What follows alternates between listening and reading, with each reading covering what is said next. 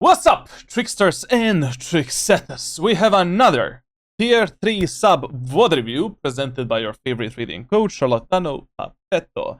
Today at our coaching table we have a Rusty Crab, and it is our favorite Omen player in a Diamond 2 elo playing on Ascent. Now I say Diamond 2 elo because his P is Diamond 2, and P is probably playing against fucking diamonds. I don't know if it is this match. Actually, I mean, he's playing against diamonds, against platinums, golds, but whatever. Like, we're gonna keep his peak rank. He's like, he reached diamond 2. Like, that is his high rank. Krusty Krab said this. I think the biggest thing I need to work on is my aim. I highly doubt that is the only and the biggest thing that you need to work on in diamond and platinum, but we'll get to that point. I have recently started using aim labs and deathmatch before ranked to start improving, but haven't seen much improvement yet. Let's talk about that. There is something called too much aim training.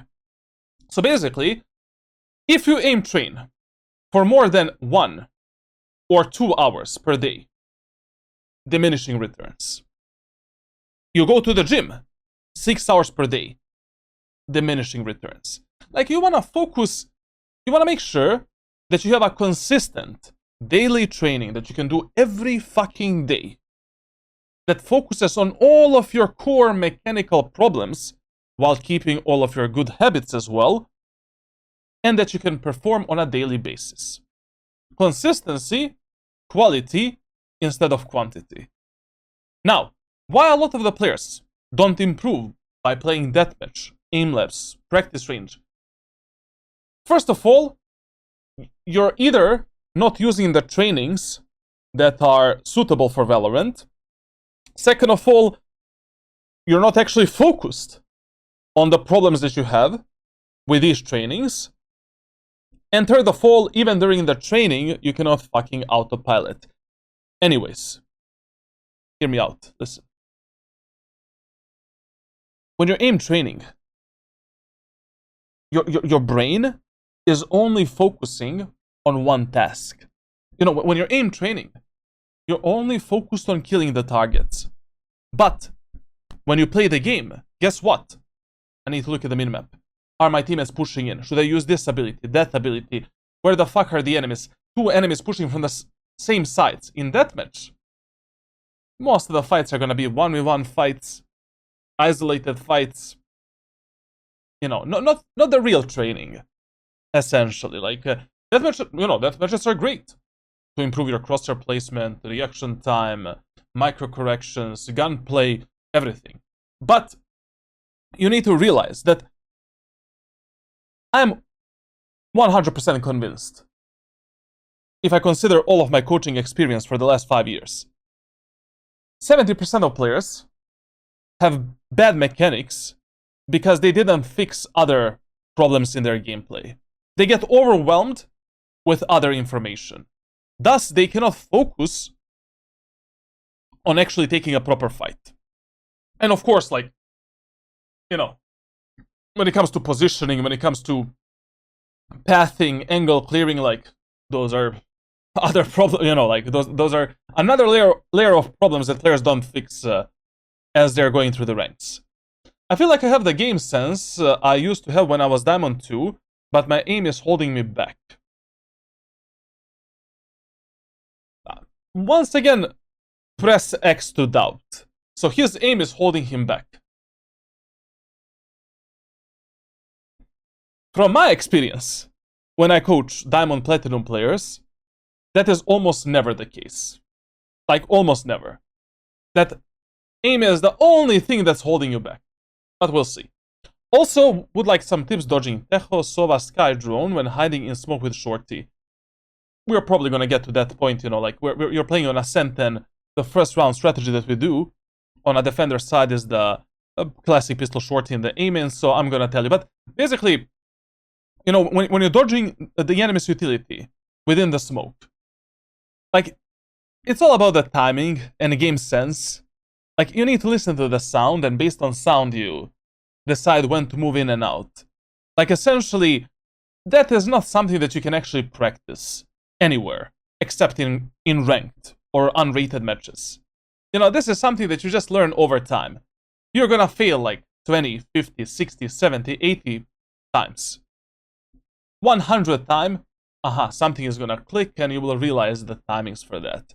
Like, basically, when you're dodging the enemy's utility around the cubby smoke, you need to hit the timing where that utility is on the edge of the smoke. Not out, not in, but the vision is being blocked by the smoke. And then you're moving in. Like, it's all about the sound, feeling, timing. You need to develop that while you're performing these strategies. But also sometimes, depending how many enemies are pushing you and which weapon you have, you can also go for some suicide plays as well. Even if the drone is still in the smoke, but you hear the enemies close to you, you can get in, try to get the kills, and then with the TP, try to escape, for an example. But we're probably going to get to this part during the VOD review. This clip here, I'm going to talk about it later on the stream. I just want to show you something. Now, when it comes to the tracker of our friend RPG Krusty, basically, solid stuck diamond player. Like based on these stats here, we can tell that you are a bit stuck, bro. I mean, you spent more than, like, what, 2, 8, more than a year, like, playing against diamond, platinum, and low platinum players. So you definitely have a problem, like, adapting to this medium elo and to these, like, ascendant and higher diamond players. Basically, your problems in this elo can be vast.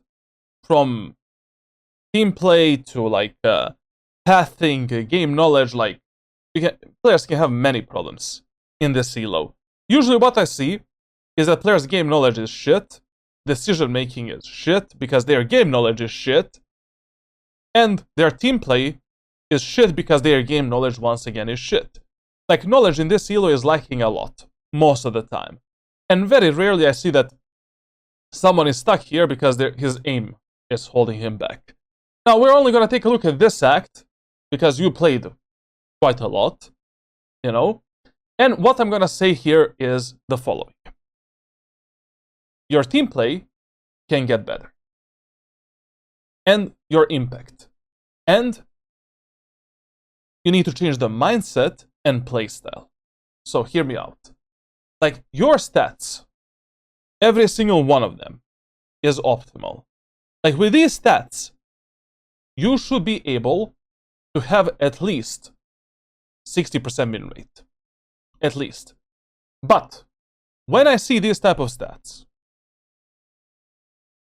there can be only 3 problems. Literally only 3 problems. Your impact is 0. Like, basically all of the frags that you're getting are frags that mean absolutely fucking nothing. Like, either you're fragging too much, where you're putting yourself in some situations where you just die after it and you rely on your teammates to close out the round or the game, or you're not really hitting the right timings to refrag your teammates and you're just boosting your KST by simply surviving, and saving and shit like that. Now, the second thing that might be the problem is that essentially, I don't want to guess. Anyways, we're going to have a VOD review here, but having negative win rate with these stats is criminal. Just remember that. Like, basically, you're, let me guide you a bit. So let's see this game for an example. Petit Daddy. I love NA.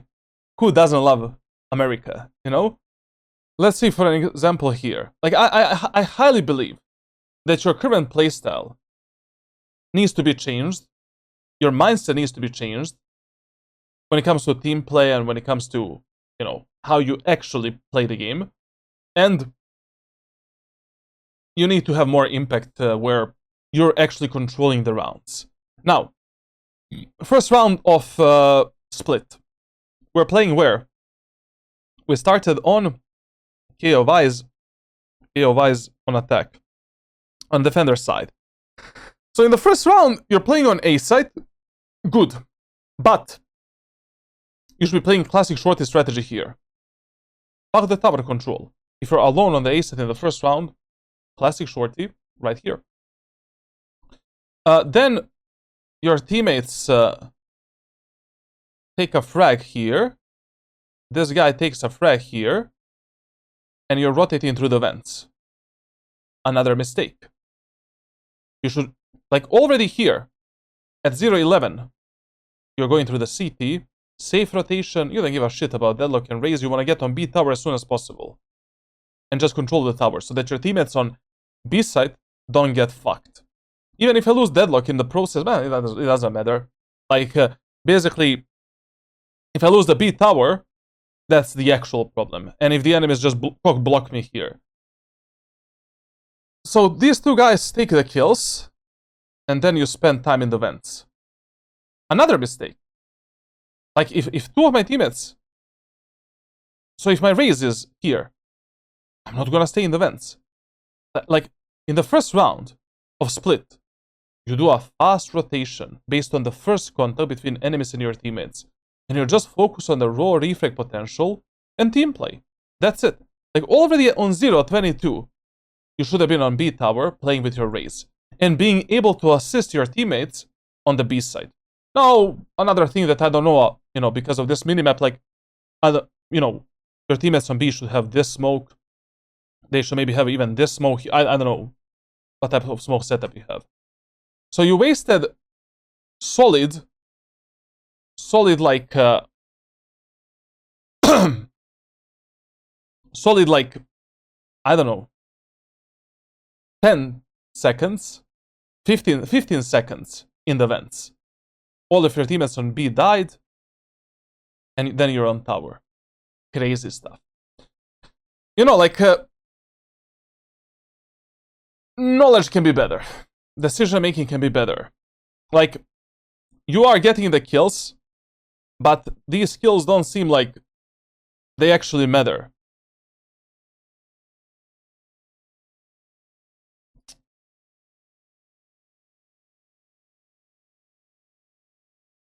One kill, 0-0, 3 kills this round. Okay, this round you clutched. Like that's the round where it matters. But there's a lot of these rounds where you don't do anything essentially. You don't exist, and then all of a sudden you clutch something.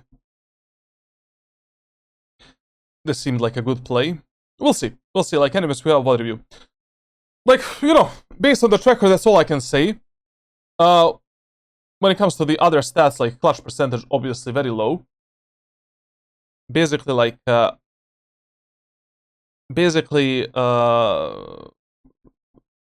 good clutch percentage for this elo is 6%. 6-7%. So you can do something better in 1v1 and 1v2, especially with Omen. You have shrouded steps, paranoia, smokes, fake TP, real TP, smoke this, smoke. Like, with Omen, in a 1v1, there is always some kind of a solution. Like, literally always some kind of a solution. To play that 1v1 in a perfect way. Where only your mechanical skill is going to decide rest. So, I don't know. Like, basically, you can get better there, and you should be reviewing those rounds as well. This is not bad. Good stats, as I said. First bloods, first deaths. Pretty solid for... I'm gonna puke, man! For an Omen player. Shitty to hear about that acid reflux and GERD bullshit. I just started having it within the past couple of years to brother, like... The last 9 months was crazy, man. Like, literally, I'm sweating right now, man. Like, I played 2 games of Valorant. That is already so stressful that my stomach cannot handle it, man. Crazy stuff. Look at this, bro. Like, I'm literally sweating. And it's not because it's hot. Like, I wanna puke, man. Yo, subsalt. Good night, my friend, bro. Last deaths, also solid. Also very good. Very good. Attacker side. Okay, so basically you have problems on the attack. The defense is good. Maybe with these stats, you can win like 1, 2 or 3 more rounds on defense. But on the attacker side, like, we can do something much better. Like, that is where you struggle the most. That can be, once again, the problem between a balance. When do you go for aggressive play? When do you play passively? Which type of a setup you use if this, that, and this happens. So when you're playing Omen, you know, I think it's more, once again, more of a game knowledge problem and the problem of timings and actually adapting to different type of teammates that you're getting in this Diamond and low Ascendant and Platinum, you know, Platinum ranks, sorry guys. So, essentially, like, I think that's gonna be a bigger focus of ours during this VOD review than actually, like, your defender's side. On defense, like, based on these stats, like, I can just tell that, you know, there's probably, like, 1 or 2 rounds which you can win more, which might make a huge difference in terms of your win rate. But on attack, like, you can, you know, it can be much better. When it comes to the raw mechanics, I don't know. Like, I mean, your mechanical stats are all optimal for a Platinum Diamond player. Like, it doesn't really, I mean, at least based on the stats, it doesn't, you know, poke my eyes out. Like, it looks okay. It looks okay. Overall, I would say that you are a solid player that can definitely you can definitely reach Ascendant 1 in the next act without any problems. I think, you know, if you find some kind of a training, I think what we need to do with this VOD review, we need to find some kind of a training for you. Like, that is gonna shift your mindset, that is gonna focus on these mechanical problems, and that is gonna be our main focus of this VOD review. Like, I am gonna focus on other stuff as well, you know, giving you some small tips left and right. But I'm just gonna be taking the notes for myself. And after the VOD review, I'll try to find some kind of a training for you. I'm not gonna give you something custom. I'm just gonna give you something pre-made that I already have, obviously, I mean. So that's gonna be our main goal with this guy. Because this guy, you just need a small push. You know, just a, like, 20% push, and you're already Ascendant 1 minimum in the next 2 months. Like, I firmly believe you can get Ascendant 1 until August, even if you don't play this much. So that's gonna be our main focus, and when it comes to the main agents, but to be honest, like, you know, all of this shit that you play works for you. The only thing is, like, I don't know about Yoru. You know, like, Yoru is not something I would recommend players until they reach Ascendant 1. The problem in this elo is, like, players, you know, if enemies don't know what you're doing, and you're playing Yoru, it's very hard to outplay them. And Yoru is mega inconsistent agent if you don't have a good game sense and knowledge. And based on your stats, and based on what I think you're missing, I think Yoru is not the pick right now. KO as well, KO is shit. Fuck the KO, the worst initiator in the game. Teho, after the nerfs, I wouldn't recommend you. I think I'm, chat, I think I'm gonna drop the Teho basically all the way in the B+. I don't know, like, it is mega underwhelming now and requires very high levels of team play. From the agents that you play, I would just recommend you to stick with Omen as a main character. And you can play Breach and Gecko as some kind of a fill flex on the best maps. But if you already want to try some duelists, you know, like, I would actually recommend to you to try to roll with Phoenix. Phoenix, why not? Why not? Look at this. Very fucking good. Phoenix is maybe the most underrated duelist in the game. I don't know. Like, basically, there's a lot of players that I coach in my private sessions. And, you know, like, we start our coaching on Jet, I don't know, like, on Chamber, some shit like that. I mean, not shit, they're good agents. But, you know, after a few sessions, I realized, like, that they are not really made for that high-paced situations, and they might profit from something else. I put them on, like, Phoenix is such an easy agent to carry these lobbies below, like, Immortal 1. Literally, like, Wall is mega useful now. You have 2 healings, ultimate second life, like 2 flashes, like Molotov. Crazy agent, actually, if you put him down on paper. So why not? Like, I mean, that's something, you know, you can roll with Omen as an ultimate main, Phoenix as a secondary main, and Breach and Gecko as some kind of a fill flex pick when you need initiators, or you already have a controller and a duelist, and that's a pretty good roster, and a good roster to learn the game. You know, Omen is going to help you with your knowledge, decision-making, timings, all of that shit.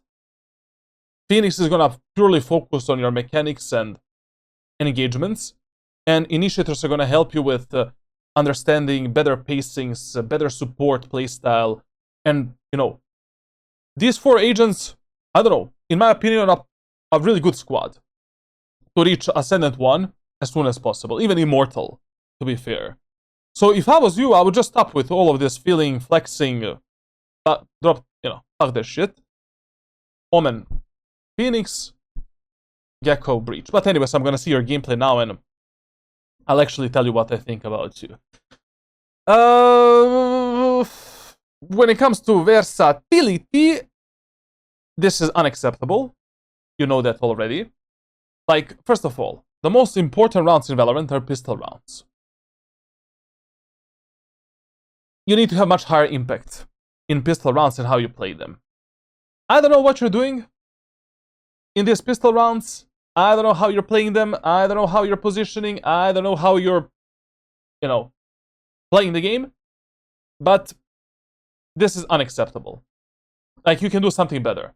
I don't know if it is a gunplay. We'll see in the VOD review. Eco rounds can be slightly better, and the semis and full buys are obviously good. I just don't know how much impact actually you have during these rounds. When it comes to weapon versatility, can be, considering you're playing Omen as one of your main agents, let's be honest, this can be much better. You know, first of all, I don't care. Even if you're playing like Scooby-Doo in this game, like, you need to pick up the Operator and Outlaw. Now, there's always a moment of time in these elos where Op and Outlaw are the solution and answer to some problem within your games. Like, if you play 10 matches, I will probably say there is like 20 rounds where you should buy these 2 weapons to simply win them on defender's side. And you should not be afraid to pick these weapons even if you're playing Breach. You're playing in Platinum, Diamond. I mean, this, bro, like, not really that good players, you know. Then, like, you know, Bucky, Judge, Stinger, probably you can give these weapons a bit more love. Shorty, probably you can give the Shorty also a bit more love. So, you know, as I'm going through this VOD review of yours, I will tell you specifically what I would buy, when I would buy this gun, and why would I buy it. So you can simply copy-paste the economy management that I would follow if I was you. Because there's no way that you're maining Omen and that your top 3 weapons are Vandal, Phantom, and Bulldog. I mean, okay, they can be your top 3 weapons. But there's no way that you have like 2,000 kills on these 3 weapons, and the 4th weapon is Classic with 150, you know, like, and Ghost with 121. So there can be better weapon versatility. Like, the first thing I would recommend you is to learn when to buy snipers and how to abuse them. Like, that is the first thing I would dial into my gameplay if I was you. Like, just focusing on sniper gameplay a bit more. Like, when should I bite on attack, defense? How should I position? And obviously, you will die a lot of times. You will fail a lot of times. You will watch a lot of guides as well. But there isn't a better moment of time for you to learn than now. You know? You're platinum, you're diamond, you're allowed to make mistakes. But if you try to practice something in Immortal and Radiant, one round you do something wrong, your teammates mentality is already withering away. So yeah, that's the tracker, that's the Discord, and I really cannot wait to check your gameplay. This is gonna be a good shit.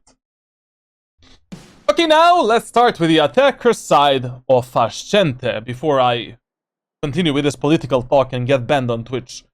So, on the attacker side of Ascent, your default site number 1 priority, A site. Number 2 priority, B site. Generally speaking, on this map, you want to avoid B site early on as much as possible. When it comes to executes and macro plays. Like, your teammates can make a lot of mistakes when they're executing B site that you cannot compensate.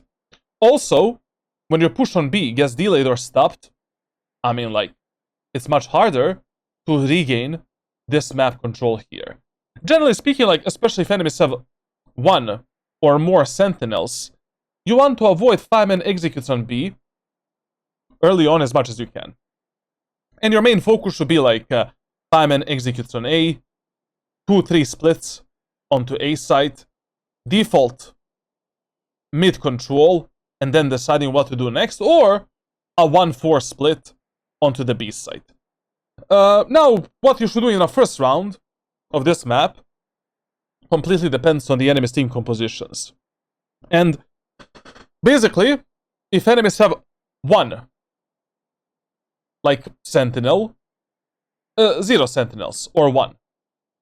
5-man push on A, 3 rounds in a row, and then in a 4th round we're doing some kind of a fake.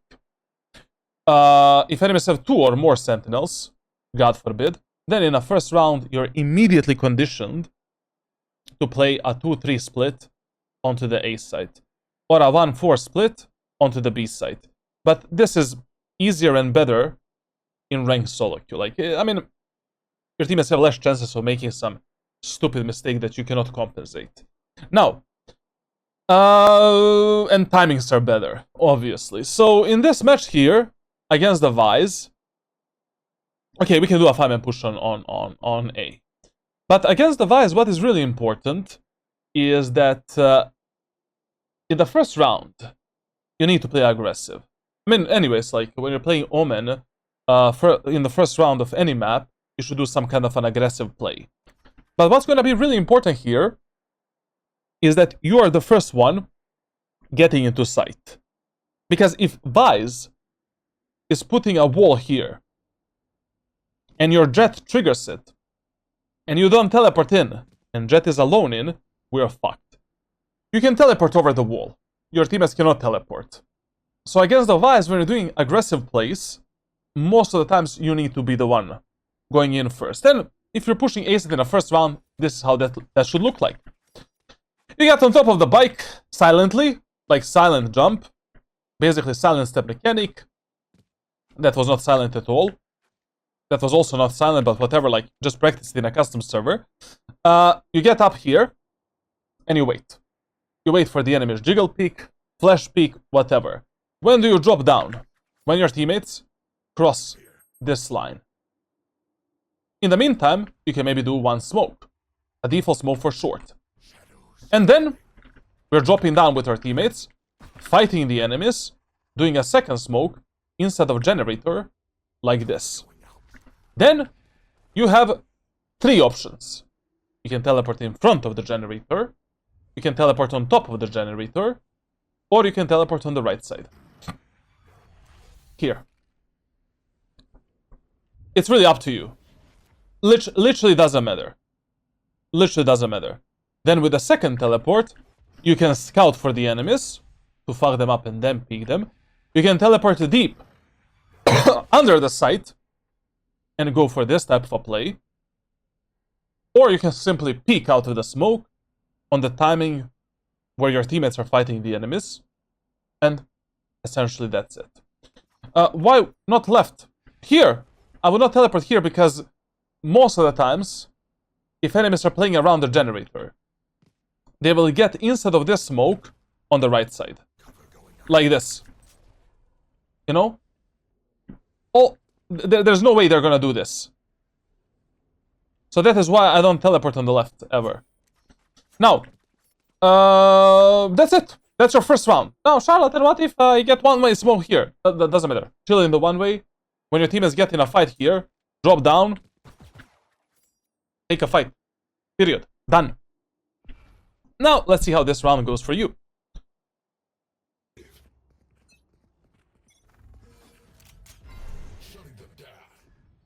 Okay, if you get smoked off, and your team has no one across here, we can slow down the round. We can cut the noise for 20 seconds, and push again. It is fine. We don't need to cross this.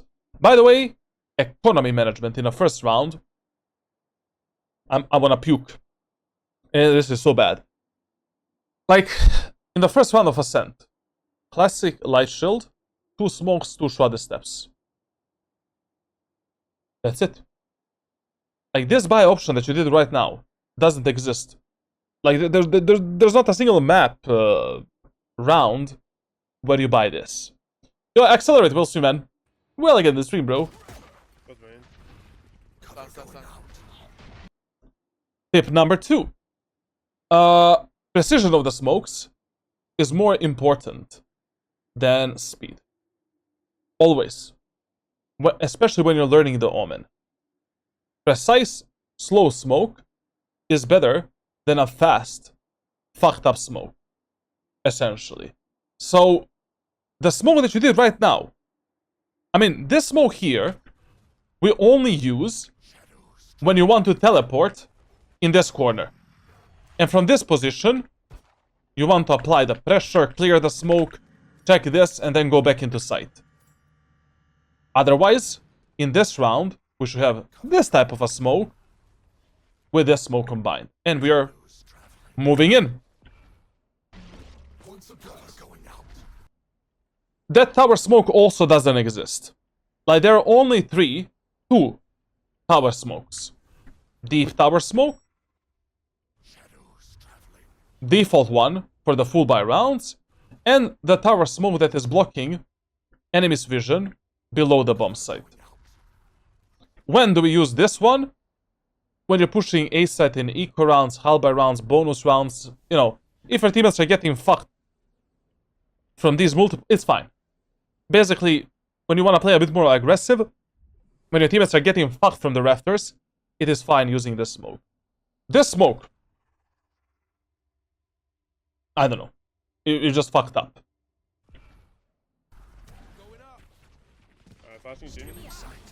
In this round, you're trusting your teammates way too much, man. Like, you're in the first round of attacker side of any map, you're always playing Omen aggressively. Like, you're not playing Omen as a support, you're playing Omen as a duelist. In the first round on the attacker side. On any map, any team composition. Only in Immortal 3 and Radiant lobbies, you can play maybe as a support. Depending, you know, if you're playing with a, I don't know, Lothar or Darkay. I'm kidding, like.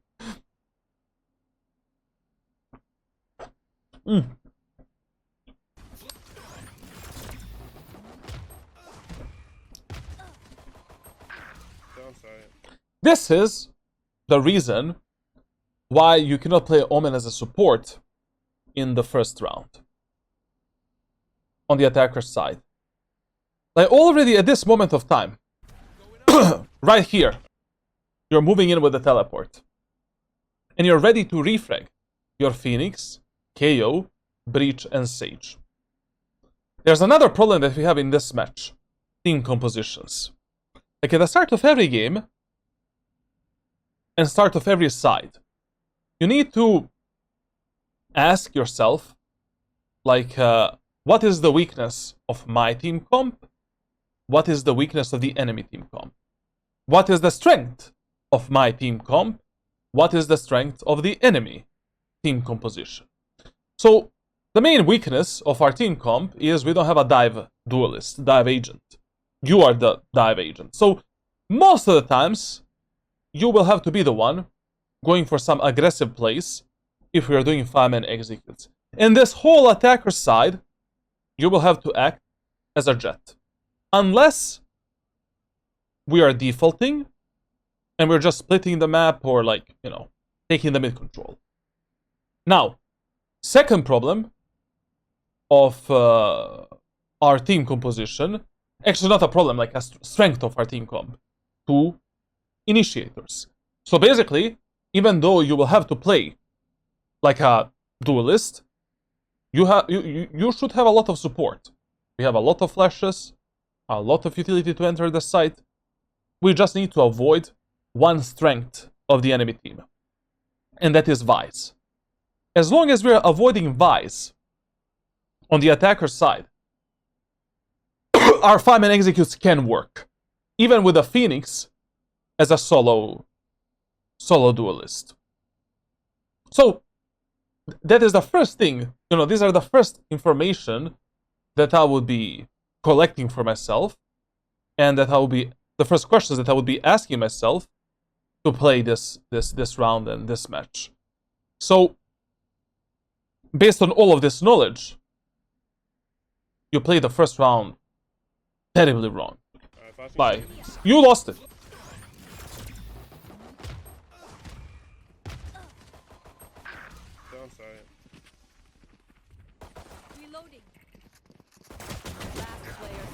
You lost. Okay. Now, against this team composition, bro. Against this team composition, I would definitely go 3 times in a row on A side to get the rest 5. And if I lose this first round, I would just go for a shorty, 2 smokes and 1 shrouded step. And I would literally go for the same aggressive play.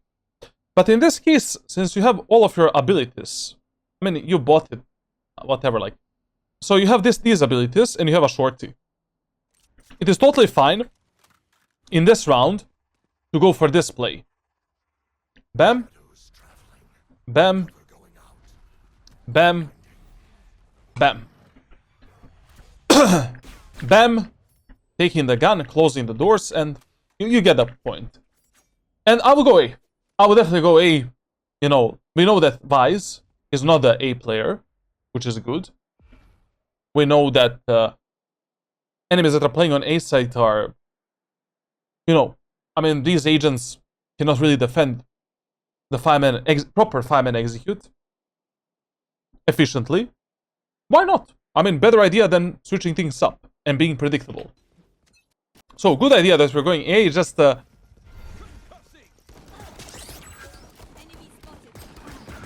okay, one more tip. If your teammates, like, if enemies are not nading you or molotoving you on this position, and your teammates are just swinging in this smoke, like maniacs, without the Phoenix wall, without the stun, without paranoia, okay, then it's okay if you waste one of your teleports to go there. It's fine. I mean, with this type of team composition, it would be a huge shame that you are the one wasting your flash to take the main control. We have a breach stun, breach flash, breach aftershock, KO flashes, molotov, knife. I mean, if you need to be and, you know, Phoenix pop flashes as well. If you need to be the one wasting the most powerful flash in the game for the executes, doing I mean, what the fuck are we doing in Diamond and Platinum, to be honest? So, I would definitely be calling my teammates to bombard the enemies in main areas of the map and just push them back.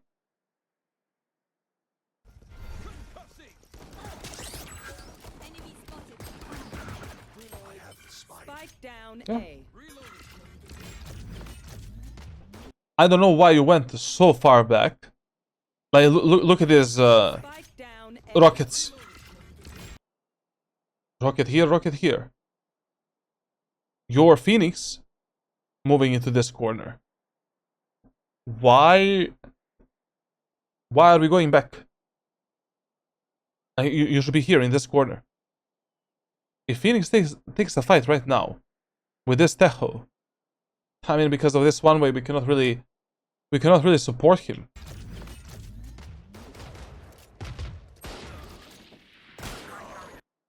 Okay, listen. If you have 100 HP and you're fighting an enemy with a Marshal, you cannot just take a fight like this. Hey, listen, bro. You have a Paranoia. You have 2 smokes. You have a Shrouded Step. Do something. We can still win this round. Even if it is an eco round. Like, behave towards every round like it's winnable. If you kill with the... If we kill this Jet, we take a Marshal, maybe we can do something. Who knows? No, who knows? Like here. Okay, Jet is there. No problem. I bait out her first shot. Use a smoke here. Maybe as a one-way.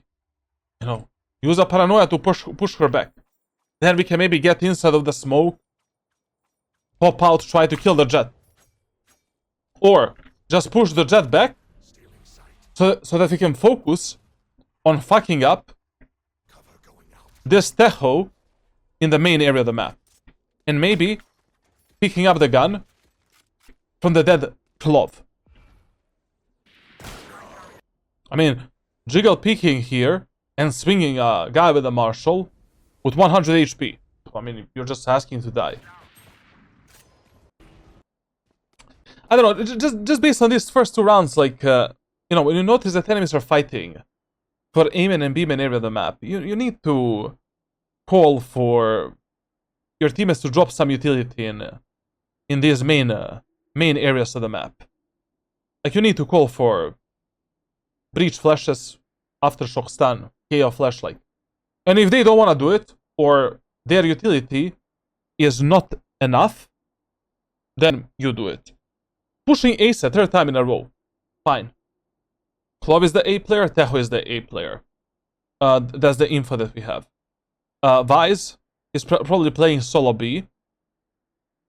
Then enemy Jet is playing around mid. And enemy Reyna is also playing somewhere around mid. So, that is the information that you're searching for in the first 4 to 6 rounds of a match. And how enemies are putting their utility. When it comes to enemies' utility on site, they have nothing.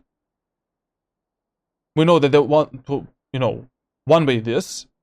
Tejo is using these types of guided salvo. So with all of that info, you know what to do. I mean, pathing onto the A side should be easy for us.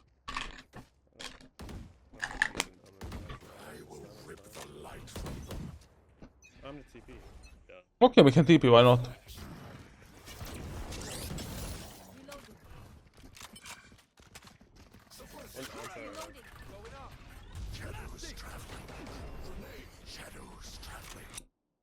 Put that smoke a bit deeper, but okay.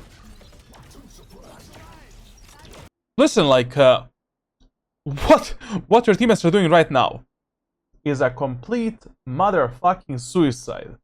Look at that, man! Is that a sandwich? Is that for me? Oh my god. Oh my god, bro. Were you at the gym? Hmm? No. I'm not... No. No. You came like 3 hours ago? When did you come here? 3 hours. No, when did you come into apartment? 15. And you made that here. I don't know. I feel like I want to throw up literally, like it's crazy. Yeah, like you can go all the way like here, like this.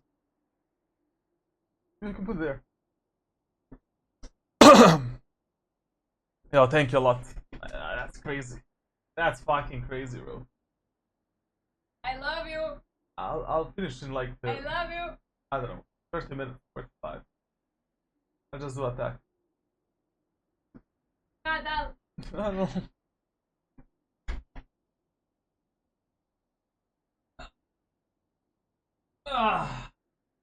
Look at this, bro. That's what I call a wife, bro. Look at this sandwich, man. Oh my god. Who goes to the gym at like 12 a.m.?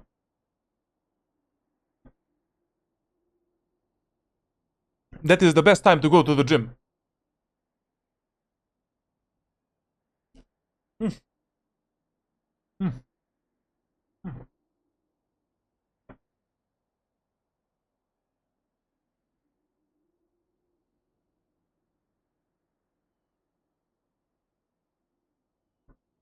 Brother.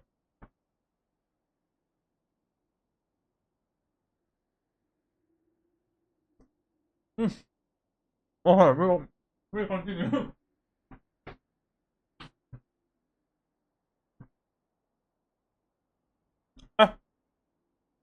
Let's go. So, let me tell you something. Whenever you're entering a site of Ascent, we always try to avoid going from the right side. Always. Why? When all of the utilities expire, when all of the shit goes down, we're way too overexposed. Even if your whole team is going right, it is even more important for you to go from the left side. We need to close the doors. We need to have the generator control. You know? And when you're playing Omen, taking the gen control is very, very easy. So here, if my team is doing what your teammates are doing right now, so they are going only towards the right, your job is this.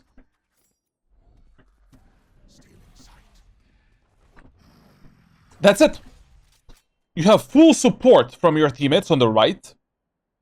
They're clearing all of these angles for you. You check this. Check generator. We can close the switch. Jump here. Wait for the doors to go down. And then move in with our team. But you, plus all of your teammates, are only going from the right side. What do you think is going to happen when this Phoenix wall goes down? We don't know if enemies are on the switch. We don't know if enemies are in the smoke. In short, we don't know if enemies are around the generator at the backside. Like enemies can peek you from basically 1, 2, 3, 4, 5, 6 different positions, and under as well, 7. You will be ready for all of these fights. I don't know. I mean, personally, I don't know. Right now, I have no idea where are the enemies. Like, I seriously, I have no idea. I don't know where is the Teho. I don't know where is the Clove. I know nothing. Jon Snow. So, we know that 2 enemies are short. That's what we heard, but on site, zero information.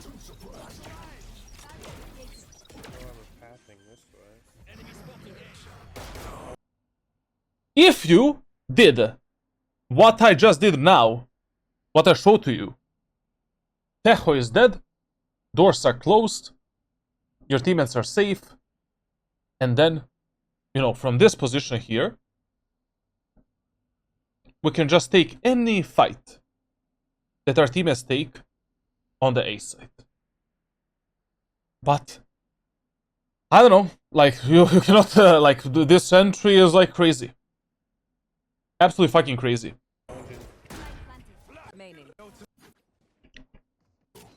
Now listen, you go 3 times in a row on A to create an unpredictable pattern of pushing, and in the 4th round, we do some kind of a change. Now listen. In this 4th round, you can do a lot of different changes. One change can be like, instead of doing a 5-man push on A, we can default and try to fuck up the enemies that are maybe aggressing us in B main, mid, and stuff like that. Second change can be like, because we noticed that enemies are rotating super fast towards A side, your breach, your KO, your breach, whatever, breach. Your breach and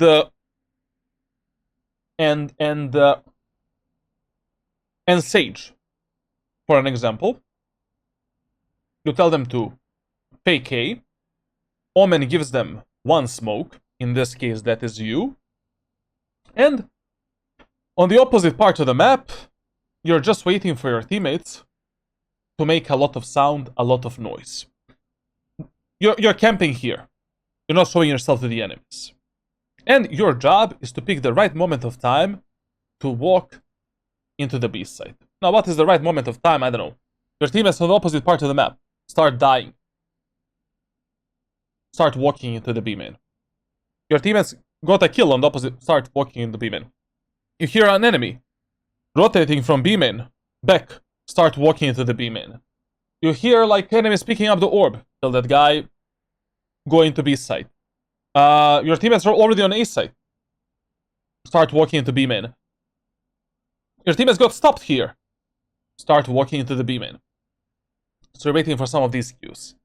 But now doing a 5-man push on A again, it can be unpredictable. I would definitely not predict that enemies are gonna push A side 4 times in a row. But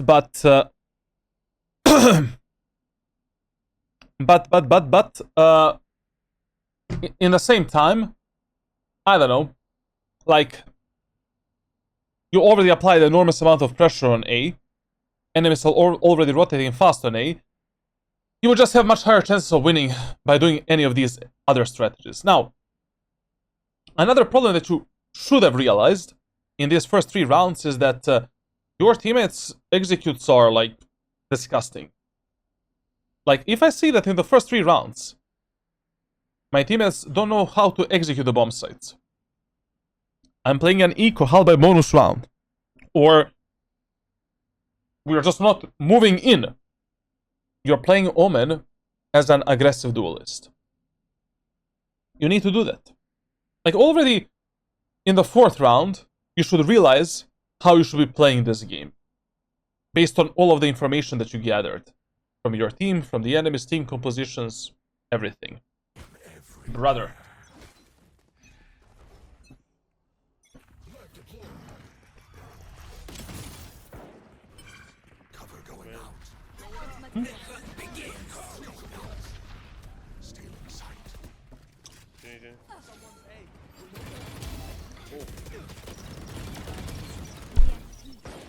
Oh.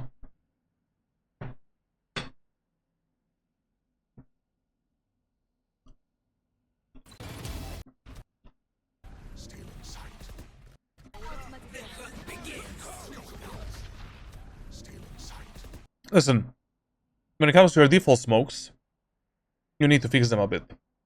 Like, these smokes are bad. I just cannot imagine what type of smokes you're doing on other maps where you need to be more precise, like where there needs to be 0 gaps and stuff like that. They should just be more precise. And I don't know, this execute is disgusting. Disgustingly bad.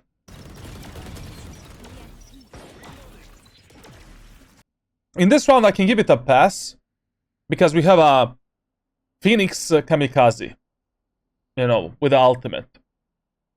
But if we continue doing this in the future rounds,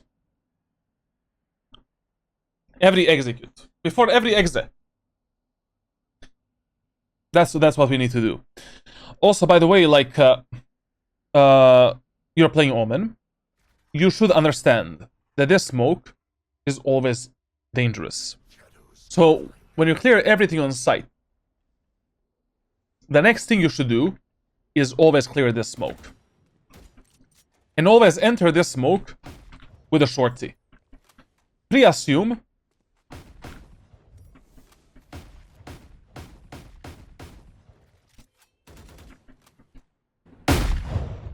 did that always sound like that? Pre-assume that someone is in that smoke. Always.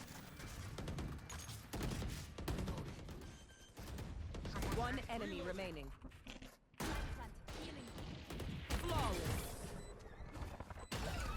Good shit, guys. Good support. We doing this or what? Good support on the KO. Good little bait. How many flash for Jin is too high? Oh, okay, thank you. Fresh gen is too high.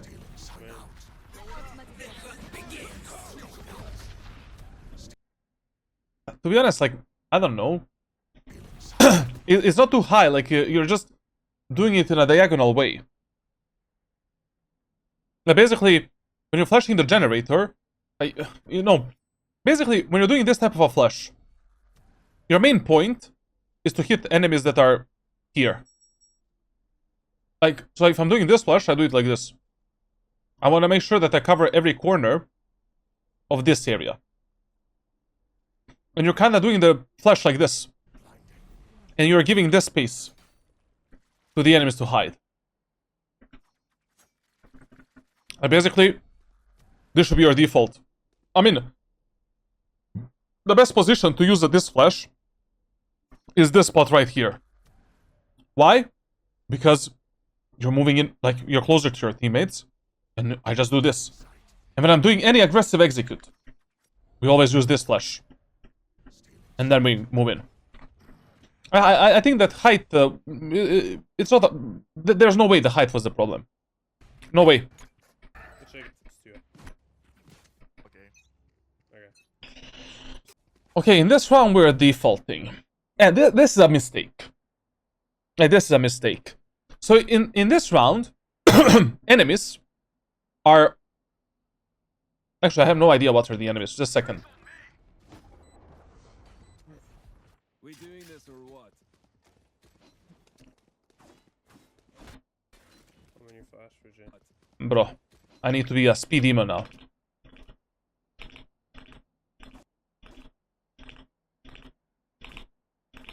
Ah! How many flash for Jin is too high? Oh, okay, thank you. But it's not really useful because they can cross out and still hold heaven. It doesn't matter. Literally doesn't matter in this rank. We doing this or what? Okay, thank you. How many flash for Jin is too In this rank, the only thing that matters is that you're close enough to your teammates to refrag them. I may be in Immortal 3 and Radiant, like, that, you know, it matters that you also paranoid the enemies on heaven, but in this elo, your main priority is moving in with your most aggressive teammates, bro. He's playing with a Phoenix Sentry Duelist. high? Oh, okay. Brother, I really need a replay system. Flash for Jin is too high. Oh. Okay, enemies are eco halby in this round. Enemies on Ascent are eco halby on a defender's side. Fuck all of this. Go do a 5-man push on A again. Doesn't matter. It's okay. Go 5 times in a row on A. Whenever enemies are eco halby, and you're playing in between Iron 1 and Diamond 3, 5-man push on A is a solution for all of that shit. Now we're risking this round by doing this default by a lot. Okay, For no reason. Plus the enemies have a really shit team comp to defend. too far. And Wise is playing on B. I'm gonna smoke tree. We're gonna walk A. In the next round, changing the pacing and trying to outplay the enemies is a very good idea. Very, very good idea. But in the next round. Okay.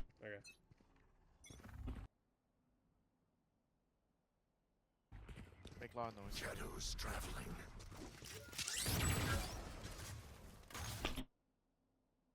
Okay, what does this piece of utility tells you? Enemies actually switched up. I mean, that's what I would have thought. Like here, if I saw the Tejo drone, I would immediately make an assumption that Tejo and Clove, that Tejo and Reyna, or Tejo and Jet are playing on B, and they put Vice on A site. Chances are 90%. We never saw Tejo on B, so the chances that they switch the positions, mega high. Here's on B. Especially after losing 2 rounds in a row.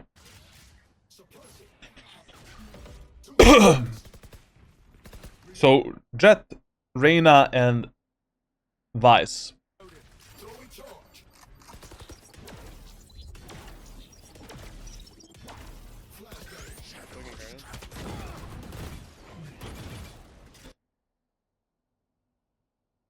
You overcomplicated this round. Enemies are eco halba bonus, time and push on A, that's it. You can just do it with a different timing, with a different pacing, no reason to complicate. Now, when you're doing this type of defaults, in this elo, I would also advise you to give your teammates some kind of an end goal as a communication. You know, like, hey guys, let's default. If you don't find any kills in mid, let's go A. Here's on B. Short smoke was good. And this rotation fine, like.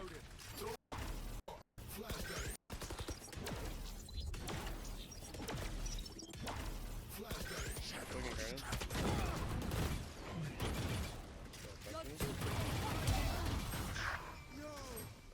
Spike down A. Go main. Okay. Whenever you lose a spike,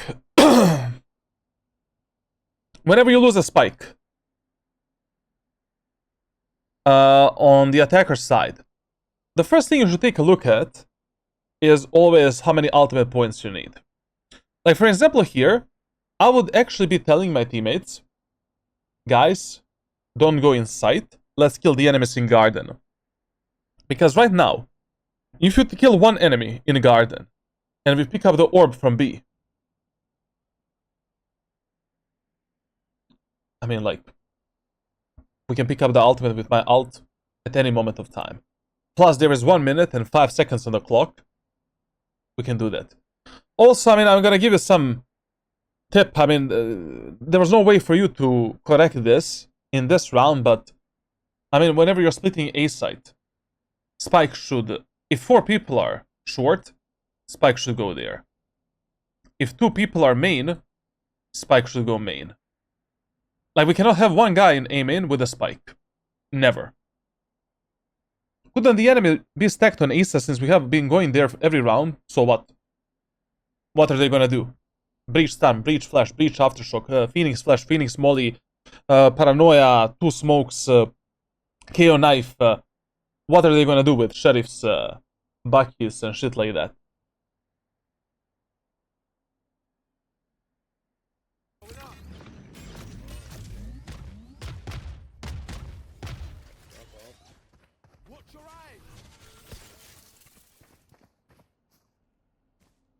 This is really good. This is really good. To be honest, here I would just be searching for the kills. But you need to get a kill. Someone's A. One enemy remaining.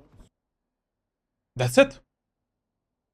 Now we just run on B, pick up the orb in B man, pick up the spike, and that's it. 45 seconds. More than enough. Reloading. Main. With spike. Yeah, I have flash. I mean, like, your main usage of your ultimate on the attacker side is to pick up the spike, and to rotate, and to scout the enemies on attack and close the doors. Like, there's not a lot of scenarios where you should be thinking about your ultimate. Whenever you end up like 2v1, 1v1, 1v2, 1v3, like, the first thing you should be thinking is like, how many ultimate points I need for the ult? Do I need to pick up the spike with it? Stuff like that. This paranoia here, God help us. Once again, you're playing as a support. Like, you're separating yourself too much from the Sage. If Sage dies, we're fucked. Anyways, here you should be running through short, going on to B main, picking up the orb, planting the spike on B, and playing a normal 2v1 post plant. Flashing. Here, if you want to fight this, how do you know there is still orb on B? There is no way. There is absolutely no way that these guys picked up the orb. Considering how fast they were running, considering that they were never late on the retakes, chances that they picked orb right now, 0. Especially in this elo, players almost never pick up the orbs. Ever. I mean, you don't have time to do that anyways, like, you need to play fast rotations. You wanna fight this, Clove right now. I would close the short doors. Just to be safe. You still don't know if that Clove is in main. Maybe she's trying to be big brain and she's doing this. God knows. I would close the doors, play with my Sage, do this type of a paranoia, and together with Sage, clear this, and then focus on everything else. But this is a terrible play. Enemy spotted A. Terrible, terrible, 30 seconds left. terrible. Like, this was not worth it at all.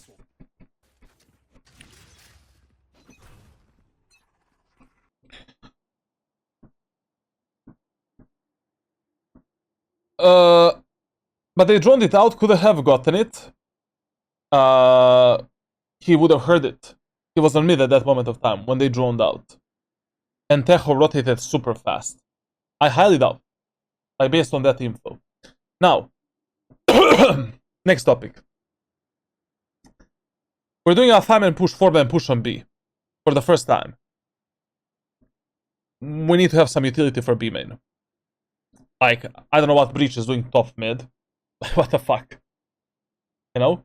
And anyways, this is the round where doing some kind of a fake is a good idea because we know enemies' positioning, we know how they play. Pushing on B is a good idea, yeah. I mean, Vi started playing A side because we put a lot of pressure on A, which I pre-assumed in the last round based on Tejo's positioning. So right now, going B, good idea, just first time when you're going in an unknown territory, you should be ready for everything. You know, I wish we paranoid enemies in B main. Asking for the KO flash, KO knife, Phoenix flash, like anything. Cover going out. Get out of my way. Going out. That was a bit lucky, to be honest. Like, we live another day.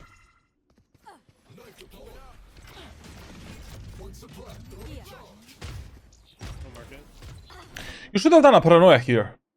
I mean, we don't have a recon initiator. We have no idea where enemies are gonna be playing. Like, you should have done your default paranoia. Like this. And then, okay. You can teleport here. If our Phoenix clear this position. And then we move in with the Phoenix. Then from the Phoenix wall we can TP here. Close the market doors. And move in with the Phoenix or go back and move with our teammates.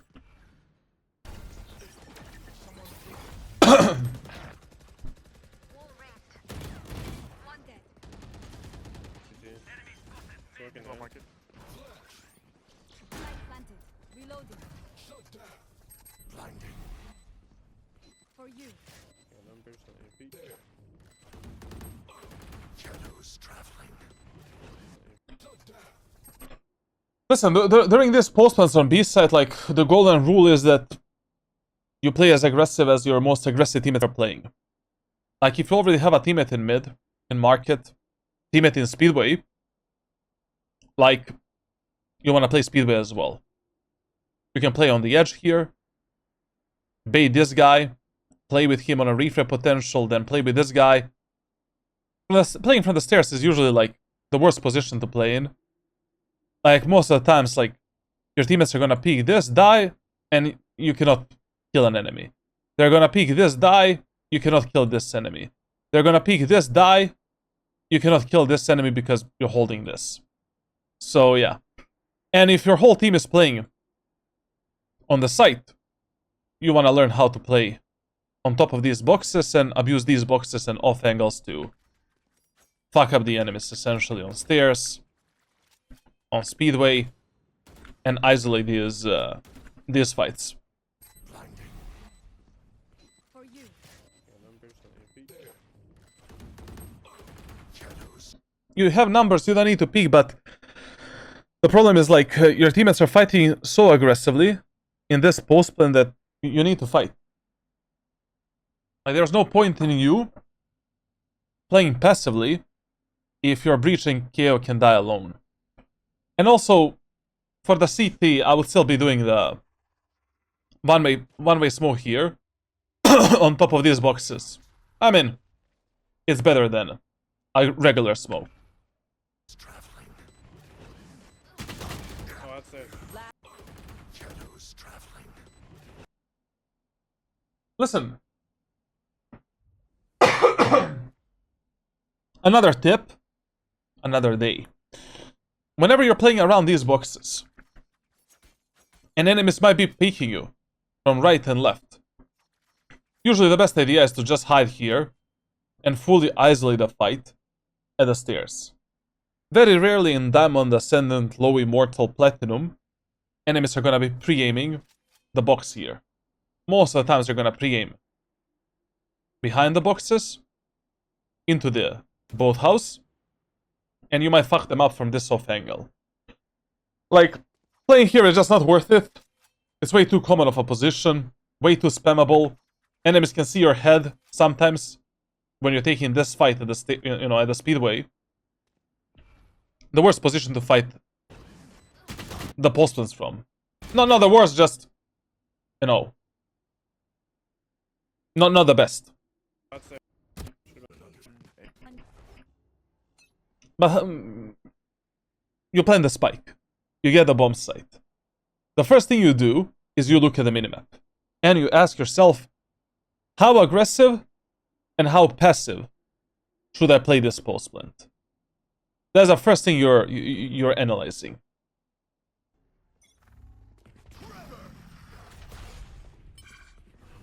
Cover going out. I also noticed that during these executes, you're losing a bit of pacing with your teammates because of utility usage. I would highly advise you to move with your teammates, even if you want to use the ultimate. Here, if I want to use the ultimate, I would mainly use it to close the doors and as a recon tool. So basically, I would be, we're going A. Okay, I'm gonna teleport. I'm gonna teleport. I'm gonna check aim in, using the smoke here, using the smoke here, using this paranoia, using this teleport. Closing the doors. If I don't see any enemies, I can commit, push in with the allies.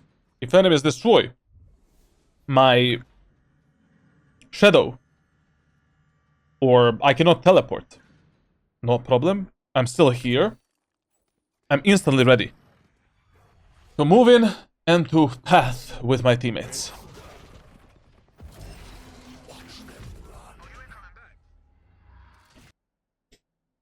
This teleport is something that I would not really recommend you to use. Like, you don't know what's happening in the smoke. That's the problem. Like, a lot of times, enemies can just hear you, where you're teleporting, up or down, and then just randomly spam you and kill you. They can also just do a small jiggle peek, kill you and then go back. Jet can use a dash ability, kill you, go back. Like, if you're already using ultimate here, I would just use it on top of the boxes to scout for the enemies, and that's it. And I don't know if I would ever commit to this type of shit. Now when you can actually close the doors with the Omen ult, That is the best. The best usage of the Omen ultimate. Like you, not only that you get the info, but we also complete a very dangerous and a very important task when we are pushing some kind of a bomb site.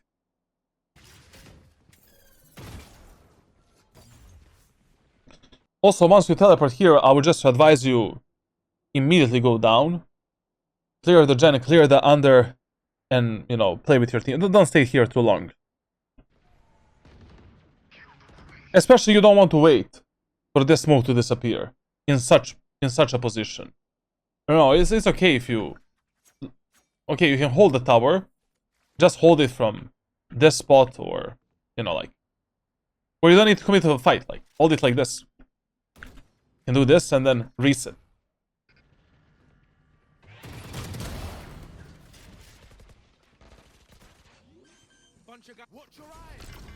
One enemy remaining. Tower?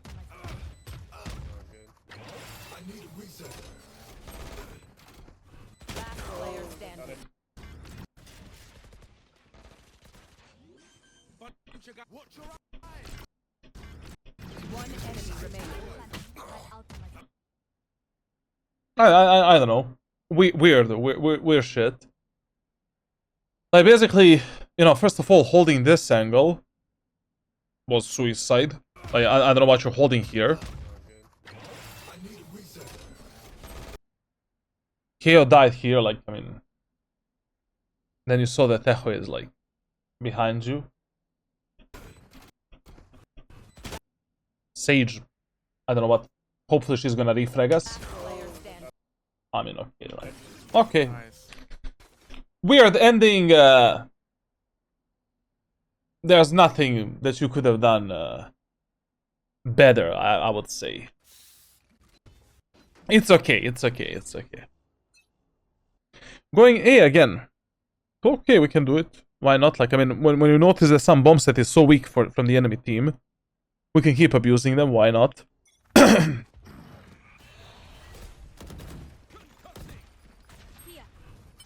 Reyna is there, so that might be a switch again. You know, whenever you see one new enemy on the bomb site that you didn't see before, expect a switch. Like right now, I would also expect that enemy Vice is on the A side. And we need to go for some aggressive execute. Shadows traveling. My ult's ready. Cover going out. Clearing out. Shutting them down. Wait. Vice. Ready? Go ahead. Stand your ground. Last player standing. Down A. Wait. You need to move faster, like. There's no waiting. Like, literally, like, here. First of all, like, My ult's ready. Cover going out. Clearing out. this is why I would go for the aggressive play.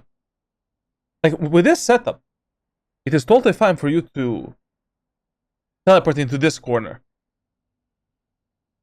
But, as I said, like, if I thought that Vice is playing Ace this round, I would go for some aggressive play. An aggressive smoke setup from the playbook. Like, I would not be allowing that my teammates actually control how this push is gonna go. And already at this moment of time, I'll be going in. And trying to punish the enemies before they punish my teammates. Like, the thing is, like, when you do this safe Omen outplays, you know, like, you do a smoke here, and teleport here. Like, you don't need to move from this position until your teammates make some kind of a move. Or you can be like a recon tool, scouting for the enemies, you know, scouting the enemies, and then taking a fight. Like, you're not in any danger. Real danger. And most of the times you can be good for at least one kill in these low elo lobbies. Wait. You need a video editor anytime soon. No, I need free time. That's what I need in my life. A free time to make voiceovers and to make videos. Like, if you can do coaching instead of me, that would be good. Wait. Vice.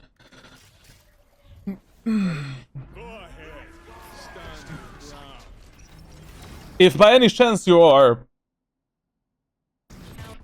a Radiant player, that would be great. Last player standing. Spike down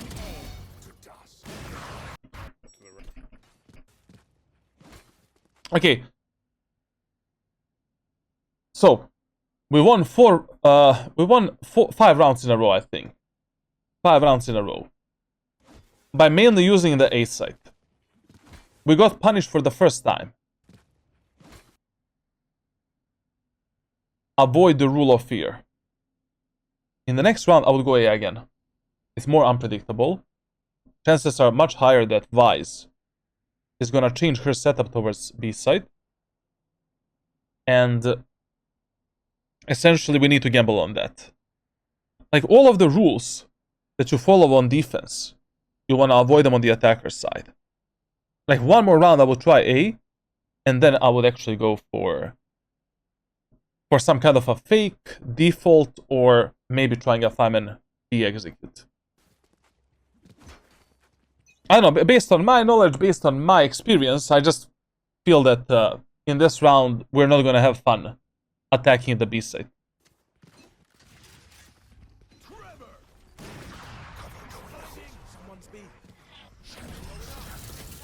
We're definitely not going to have fun.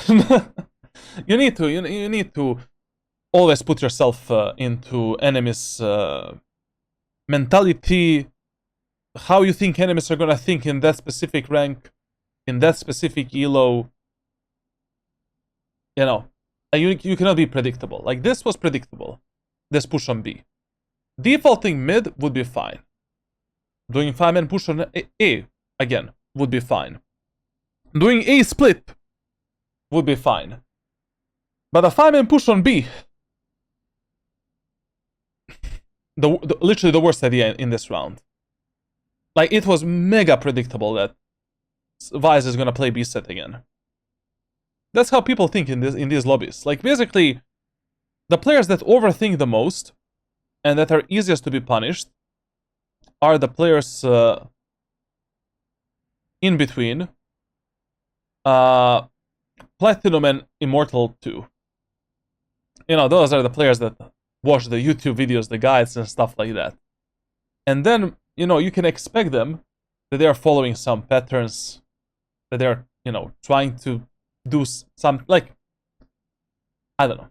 Like, just based on the previous rounds, you knew how Vise is positioning herself and when she's actually playing A site.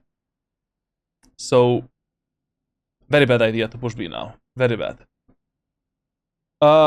The funny thing is, like, I didn't see this up until now. His Phoenix is actually called 11s. Is this a real 11s, bro? Like, one problem I see with my team is that we're planning to push a site, but then they see a sentinel is there, or they see one smoke and choke, and they'll freeze the push in fear. Any advice for that? You have 3 options. You go in aggressively and try to deal, and try to give your teammates the confidence to move in. Second option is cut the noise for 20 seconds, destroy the enemy's sentinel utility, and then push again. And the third option is abort the mission and follow your teammates. Adapt to them.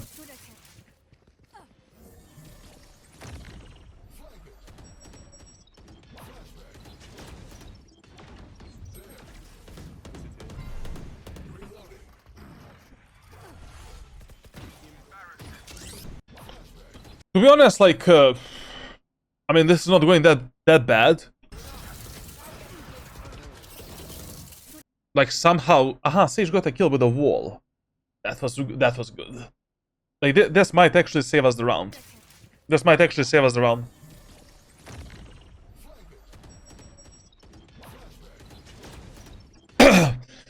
You need to, I don't know, man. Like on attack, at least of this VOD, you need to focus more on your teammates in front of you and do something with them. Like, I don't know how your KO doesn't have a flash and he's out. And I don't know how you're not there to support your KO. Like, here, why did you give up on Paranoia? Like you see on the minimap, your KO is moving in. This was so risky, bro.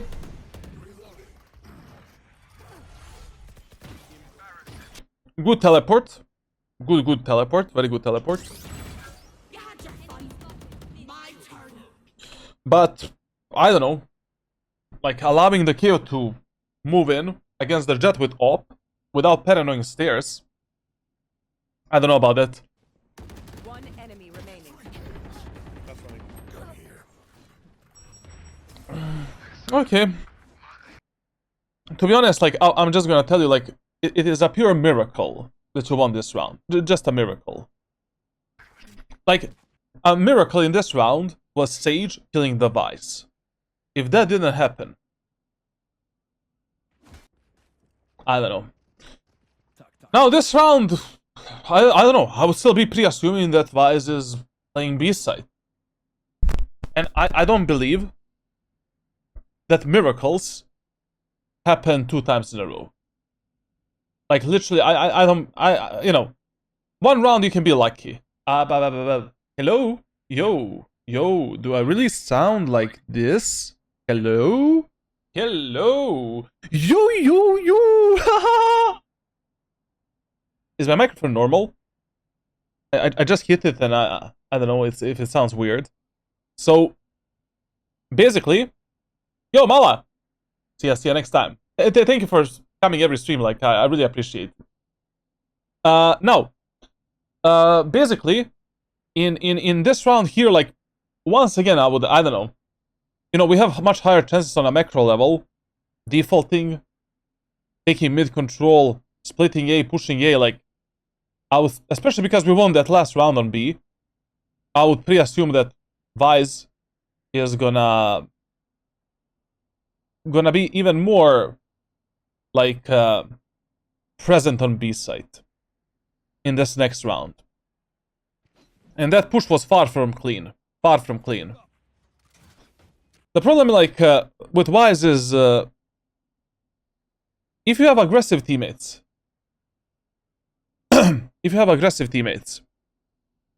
like, once they activate the wall, if you don't move in together with them, God knows what's gonna happen. But if you move in, you're still separated from the rest of the team, and it's way too risky. Like, the only real way to play against Vice is to have a really good aggressive, you know, dive agent that is gonna deal with Vice, to have some kind of a counter for her utility, or to bait out her utility and then do a push. But playing against Vice in this elo and doing 5-man push through the main, I don't know. Like, as I said, like, I don't believe we're gonna get lucky for the second time. In this round, you need to play much more aggressive. Like, what I would do in this round is basically I would do this setup. Like, I would smoke the CT. I would smoke the market like this. Do a paranoia. And teleport under. Before my teammates even activate the wall. And then from this position, I would reveal the enemies here. And then swing out, take the stairs.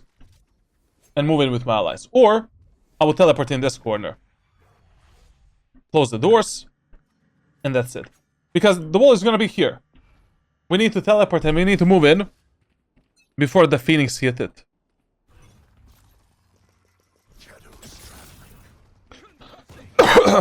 Precision of your smokes can be a lot better. Much better. Like,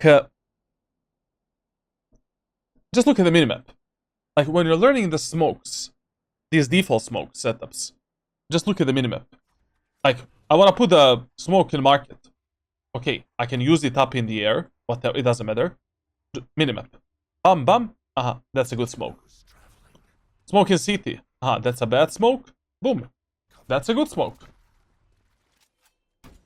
You're giving a lot of these gaps to the enemy team that they can use to isolate your teammates and surprise them from different angles. Like, if you do this type of smoke, I just need to place my crosshair for this. It's much, you know, enemies are gonna have much less confidence to take some kind of a fight. Healing. No, what Wise did in this round is out of any expectations from my small brain.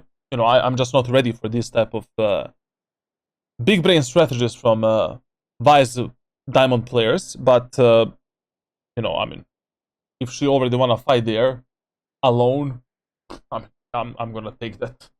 I'm gonna take that. This play is never worth it. Like, basically, I don't know. Like, this is never worth it. Ever. Like, there is a play in my playbook that is similar to this, but you need to have this type of a smoke, paranoid this, and then you teleport here. Not in the smoke. And then you can clear the smoke, clear the stairs, move forward. But what you did is mega risky, not worth it. Like, you know, when you're going into the B site with a TP, you're either teleporting here, here, or here, depending where you think enemies are. And also, in this round, doing any teleport is bad. Like, enemies are playing an eco halberd round. Like, you should just be doing a, you know, we killed the Vise already. One threat is eliminated. Right now, we just do a paranoia for the speedway. For this off angle here. Paranoia for this, for the stairs. And we move in together with our teammates. Phoenix is here. He clears the logs. I can teleport in the logs. And then take the fight together with my allies. Close the switch. And then you decide what you want to move here. Or you want to move through the speedway.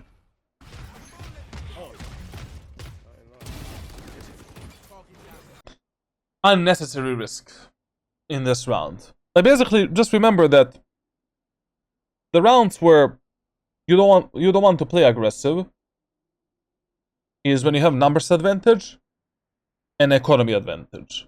Or economy advantage. I mean, if I'm already 5v4, enemies don't have a sentinel on site, I would abort the mission. Mission abortimus. You know, we already killed that sentinel, now we can just move in with our team. We don't need to risk it. Why's my camera laggy a bit, bro? Don't lag. Breaking market down. Enemy spotted mid. Okay. One enemy remaining. Play as aggressive as your most aggressive teammates. Flash. Watch out. Gute Scheine, gute Scheine. Reloading. I mean, we're gonna win this, like it's 5v1, like whatever. Till I Okay.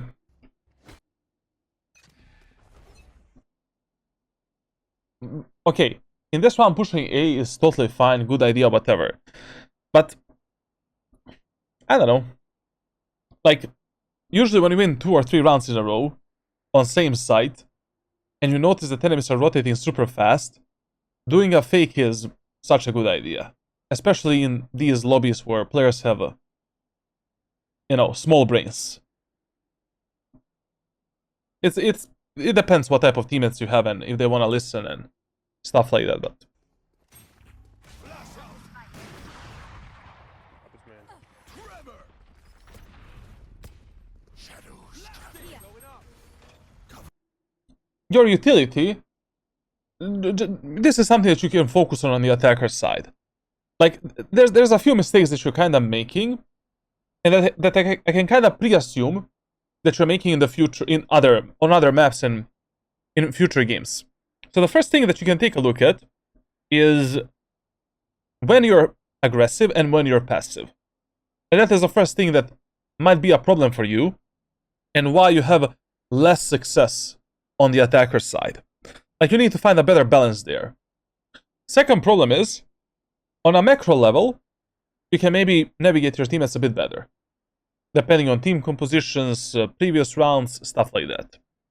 Third problem, utility usage might be interesting on other maps. I don't know, your smokes are all over the place in terms of precision. And some of the aggressive plays with Omen require surgical levels of precision, basically. So, I don't know. That might be a third problem for you. And the fourth problem is pacing and your positioning. Compared to your most aggressive teammates that might be dying. You need to hit better timings to use your utility and to move in with your teammates.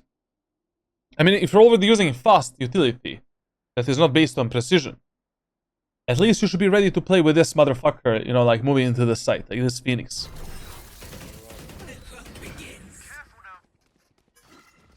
And this is another reason why I would have done fake in this round, because only God knows where Wise is playing. I can rotate. Yep. And basically this whole match, this whole game, I would be going for some aggressive or semi-aggressive executes. Because of the Vice. And because we don't have a dive duelist.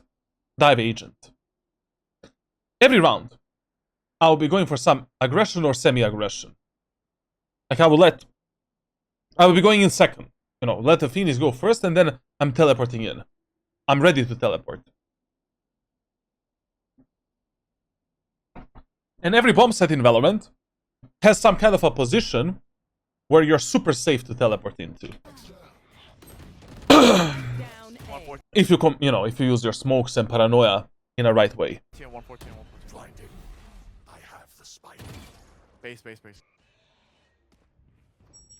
Bro, I hate this fight a lot. Like this is my worst fight in the game. Last player standing. Like enemies can pick you from top, from the bottom, like it's so stupid. Don't hold back. Okay, now, I mean, if you have a Chaos Ultimate against this team composition, you can do a fireman push anywhere. The only problem that I'm predicting right now is Jet with Op might be playing B site and B main. And I would definitely ask for some kind of a flash, pop flash, or stun in the B main. Like when you see that enemies with Op like to peek A short, bottom mid, aim and B main, like we need to have something before we peek this area of the map. The that flash is not good enough. You know, when the breach does a flash here, that flash is not gonna flash an enemy holding this angle. Like we need to have a flash here, basically. Or a Phoenix flash, or your paranoia. Some KO pop flash, I don't know. Like stun, like this. That flash didn't do shit. Okay, Vice is here.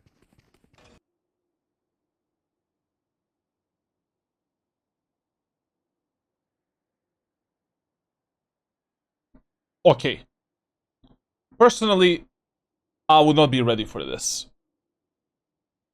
I mean, we should call to our teammates. Wait for the KO.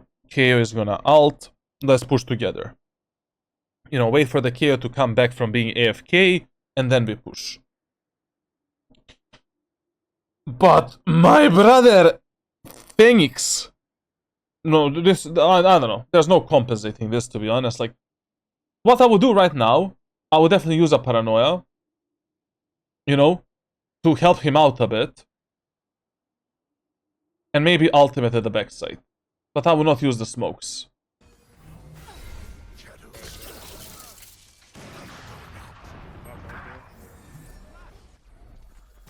Stealing sight. As I said, like, this play that you're doing is bad. We don't do it like this. You can never teleport instant of the smoke, even if you do paranoia. Also, like, let me tell you something. It is totally fine if you flash one of your teammates if you are going for some kind of an aggressive play. And when is it okay to flash your teammates? It is okay to flash your teammates when you're also gonna flash the enemies as well, so that the result of the fight is 0. Nobody dies. Or you flash enemies, you flash your teammates, and you get a kill. That's fine. it's totally fine to flash your teammates in front of you if you are the one that is going in first. And you are not really relying on your teammates to refrag you. Like, you are going for some aggressive play, you need to hit the right timing with the flash and smokes, it's fine. Especially if you're only flashing one teammate. I mean, flashing two teammates is a bit too much, but sometimes it's okay. So here, for an example, it's okay if you flash your Sage, if you think you're gonna have a better timing to support your Phoenix. But this play that you're doing, this aggressive play doesn't exist in any playbook. Like, I would never in my life teleport from B main instead of this smoke here. Any smoke. Like on, you know, on this line. I will never in my life, from this position, teleport instead of this smoke. Like, teleporting on the edges that we create with the smoke is fine. Especially if you use paranoias, flashes, to clear some of these angles from which enemies can see us on these edges. But straight up teleporting in this smoke, that's, you know, you're just relying on luck that an enemy is not there. Teleporting inside of these smokes is okay to be a bit more aggressive and take more space when you're 99% certain that no one is in those smokes. Okay, I guess, you know, that you have an idea what you can do better. You know, like how you can play a bit better on the attacker side. Like, I kind of stated like 3-4 most prominent mistakes that you're making. And basically, like, basically, so why with Jet you can dash into the smoking tree? The pull-out animation of the gun when you dash with Jet is much lower than with Omen teleport. Like, when you teleport with Omen, you're helpless. Like, you're dead 100% if an enemy is there. But if you dash in with Jet into the smoke, if you bunny hop around, how you dash, you know, you can still win a fight with a shorty, with a gun that you have, etc. You know, the pull-out time is like 0.5 seconds, something like that. So yeah, like, I don't know. I really want to see your defender side first, before I draw any conclusions. And once we see the defense, like, we're gonna see if we can find some training for you and some definitive answers. Okay, now we have the defender side of Ascent. First of all, on defense of Ascent, basically A site is your number 1 priority, default site, number 2 priority B site. But on this map, obviously, it is a fast rotation map. Now, what does that mean to you? That means that you don't give a shit about B site and A site defense. I mean, you're never willing to die alone trying to defend A site or B site. Like, you should be fighting for these sites aggressively only if you have a... if you're playing some kind of an eco, hull by round, or like if, I don't know, you're in some kind of a heavy disadvantage. Or if you have some kind of an outplay mechanic setup, where you can just get a kill for free, and then, you know, reposition somewhere else. Now, on this map, you always value the control of market and garden over the bomb size control. Basically, in ranked solo queue, you need to consistently have information, or at least in the back of your head. You should be asking yourself if enemies can be here. Like, once you lose the garden, for an example, enemies open up a huge part of the map, and only God knows what your teammates, you know, if your teammates are going to be aware of all of these timings. Like, also, I mean, if you end up alone on A site, and enemies can kill you from short, from main, and from rafters, well, that is never fun. And from the first full buy round, where both you and enemies are full buy, you should be basically like aggressing something on this map. Like, one of the worst mistakes the players do in ranked solo queue on Ascent is they play way too passively. Like, basically, you know, they consistently play at the backside, rafters, CT. You need to fight for early information. Like, no matter if you want to play some kind of a shotgun setup on the B site, you need to start at least here. You know, get the info how many enemies are in the B main, are the enemies pushing B main, maybe try to get a kill. You don't need to commit too much, you can just jiggle peek this angle, and then, you know, reposition to play your strategy. As Omen on this map, like, almost every round, you should be doing some kind of an early smoke for your team, every full buy round. Like, you know, you see your teammates are fighting, let's say, from short to tiles. You can do, you know, do this smoke. Give them this cover and support your allies. Your teammates are fighting bottom mid. Give them at least, you know, top mid smoke or tile smoke. Your teammates are fighting for the aim and control. Give them a one-way smoke. Even if your teammates are playing fully passively, I mean, at least you can do every round a one-way here. Maybe that, you know, you want to pull out as much enemy's utility possible before they reach the choke points. And only in eco rounds, if you're playing some kind of a cheesy strategy or cheesy setup, then, you know, you don't need to use immediately your smokes. First two rounds, you always play on A site, and you're basically defending A short and A site. Then from the third round, you position yourself based on what enemies did in the first two rounds. So, in the first round with Omen, I mean, there's no debating anything. Classic shorty, always. Basically, shorty here, classic pistol. You have two buy options. You can go for 2 smokes, paranoia, and 1 shrouded step. Or you can go for light shield and 1 shrouded step and a shorty. It's fine. Like, for example, on a map such as Ascent, you know, if you're playing A site, you need 1 smoke. If enemies are pushing B, 1 smoke is more than enough to support your teammates.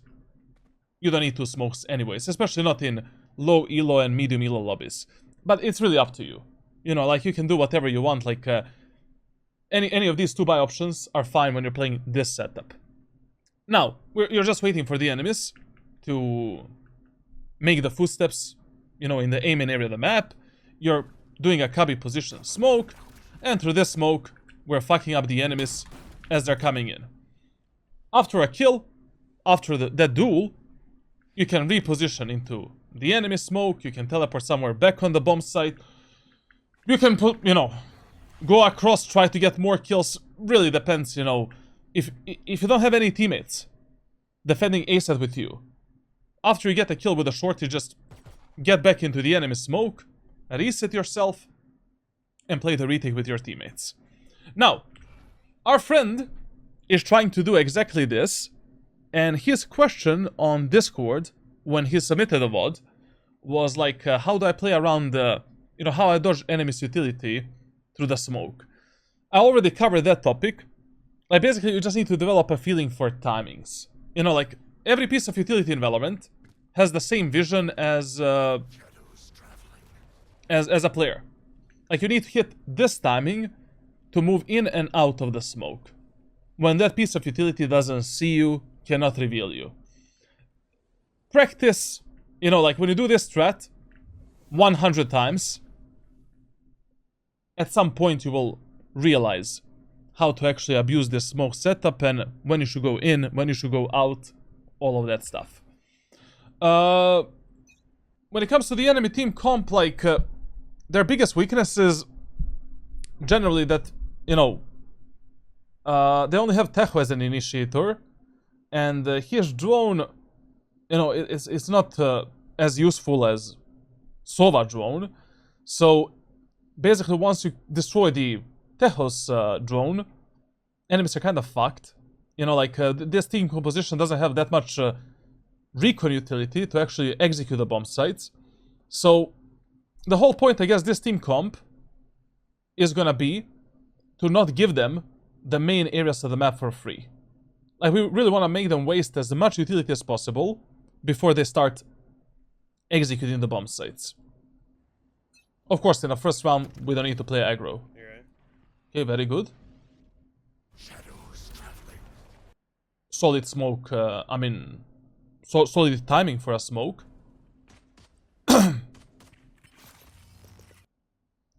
Okay. Okay. the thing here is like, you know, this timing is something that you develop like as you're performing this strategy. Like there is not a single training, a single like tip that I can give you to dodge these utilities consistently right now. Like as you're performing this strat, like I don't know, you know, the first 100 times when I was doing this shit, I died a lot of the times, and I got scouted by the enemy's utility a lot of the times. So it just takes time, practice, you know, listen to the sound of this little drone, and you'll get it over the time. You know, for example here,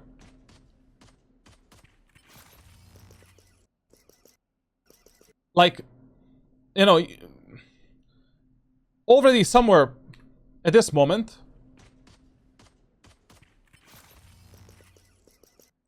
here, you needed to start moving into the smoke. Like basically, you know, and also one more problem here is like the reason why you do a cubby position smoke, you know, why we curve the smoke, is to hide inside of it. Like you like playing like this instead of the aim and smoke is not worth it. Like in that case, just abandon the mission. Take the classic pistol, teleport into short, and play passively. If you already want to play like this. Like basically playing instead of the smokes directly in the smoke, 90% of the time is not a good idea. Like you will get spammed randomly, you know, and just die like a potato.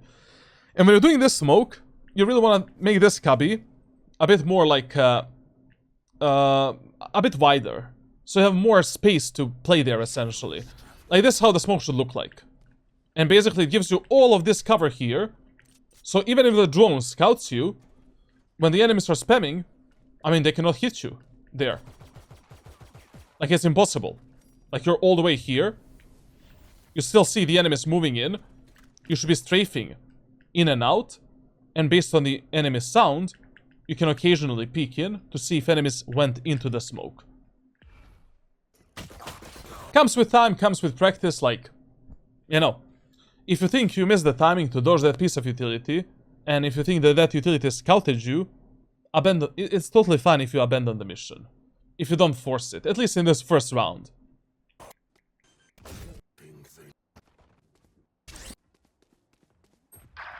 Okay.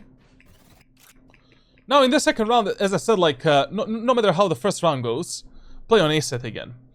If you lost the first round, you can do the same strategy, and instead of putting this smoke, you can maybe do this smoke. Also, what is a really great smoke setup in this eco round is like putting this smoke like this. Look at the minimap. Like the smoke should be creating a small gap here between the wall and smoke.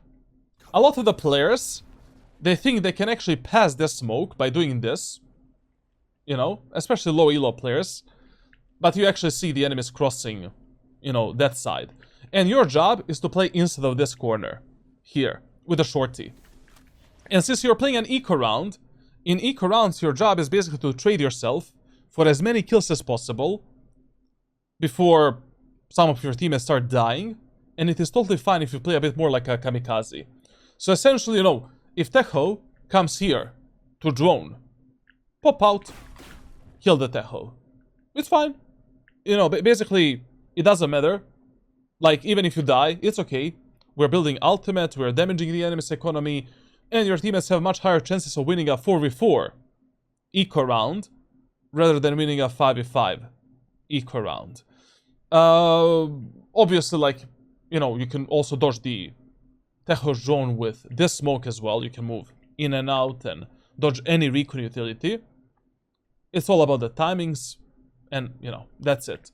And if you win the first round of Ascent, like, I mean, you can just buy the Outlaw with some kind of a shield and some utility, lock in the short, lock in the mid, and play fast rotations, you know, towards the B site, defend the A site, that's it. You can go for the Bulldog, you can go for the Stinger and Heavy Shield and utility, it's really up to you. I mean, if you go for a Stinger, obviously, don't take this fight like just jump spot the enemies, fight for information, and play with your teammates on refrag potential. Now, if you already decide to play classic shorty for the first time on B side of Ascent, I highly recommend you to just play here. You know, abuse this off angle.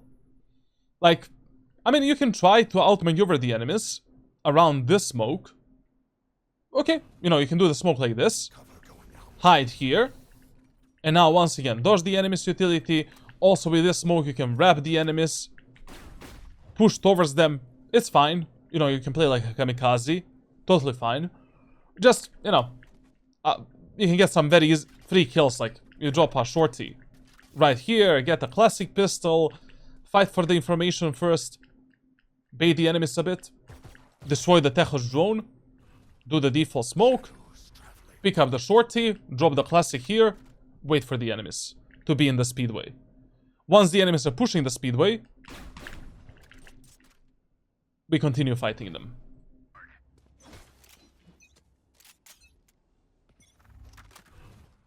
Maybe. Shadows traveling. I mean,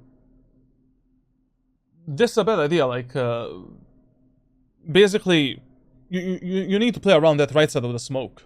Like, once again, like, you're positioned in a way where enemies can easily spam you. Like, you cannot play around the smokes like this if you're playing shotguns.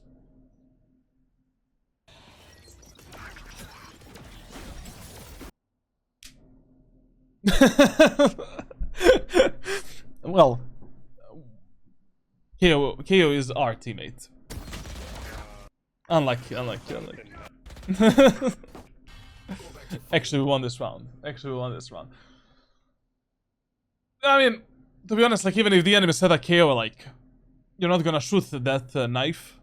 You cannot, you know, like, basically, shorty these days, like, you really need two shots to kill an enemy with a heavy shield. Like, you cannot be wasting that one bullet to destroy enemies' recon abilities or any other piece of utility. 78 Vice. Good round by the KO, though. Now, in the next round, you know, we lost the first round, we're playing the second round. Basically, you had two buy options here. Like, whenever you see that 3 or more enemies cannot buy a heavy shield in the next round, it is totally fine if you go for the outlaw, light shield, regen shield, heavy shield, and just play outlaw with utility. Because I highly doubt, I mean, Vice, she's not gonna have a heavy. Clove, she's not gonna have a heavy, definitely. She's gonna buy at least one smoke. Jet, I mean, maybe she goes for the judge and heavy shield, I don't know.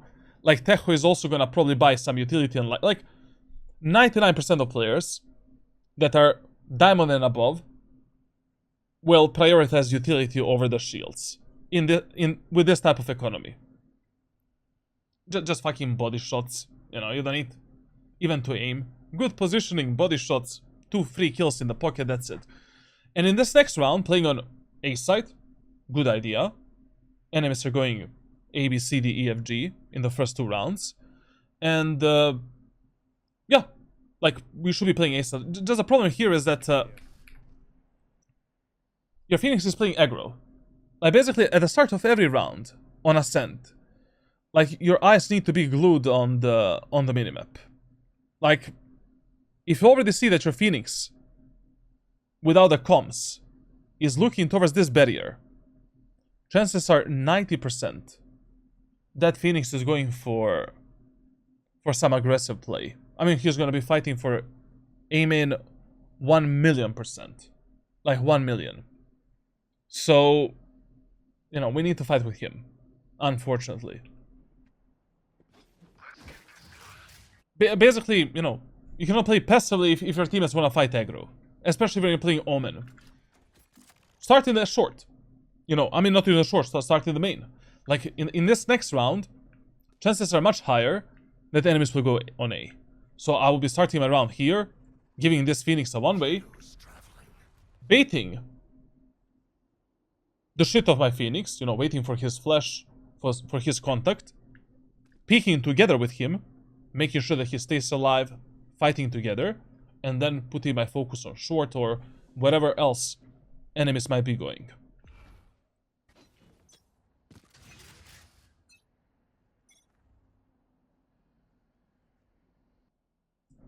When you're positioning on a bomb site, like, unless you're playing some kind of, I don't know, double bait, double tower, utility setup, like, I mean, even then, like, if you have teammates such as Phoenix, we need to play with that guy.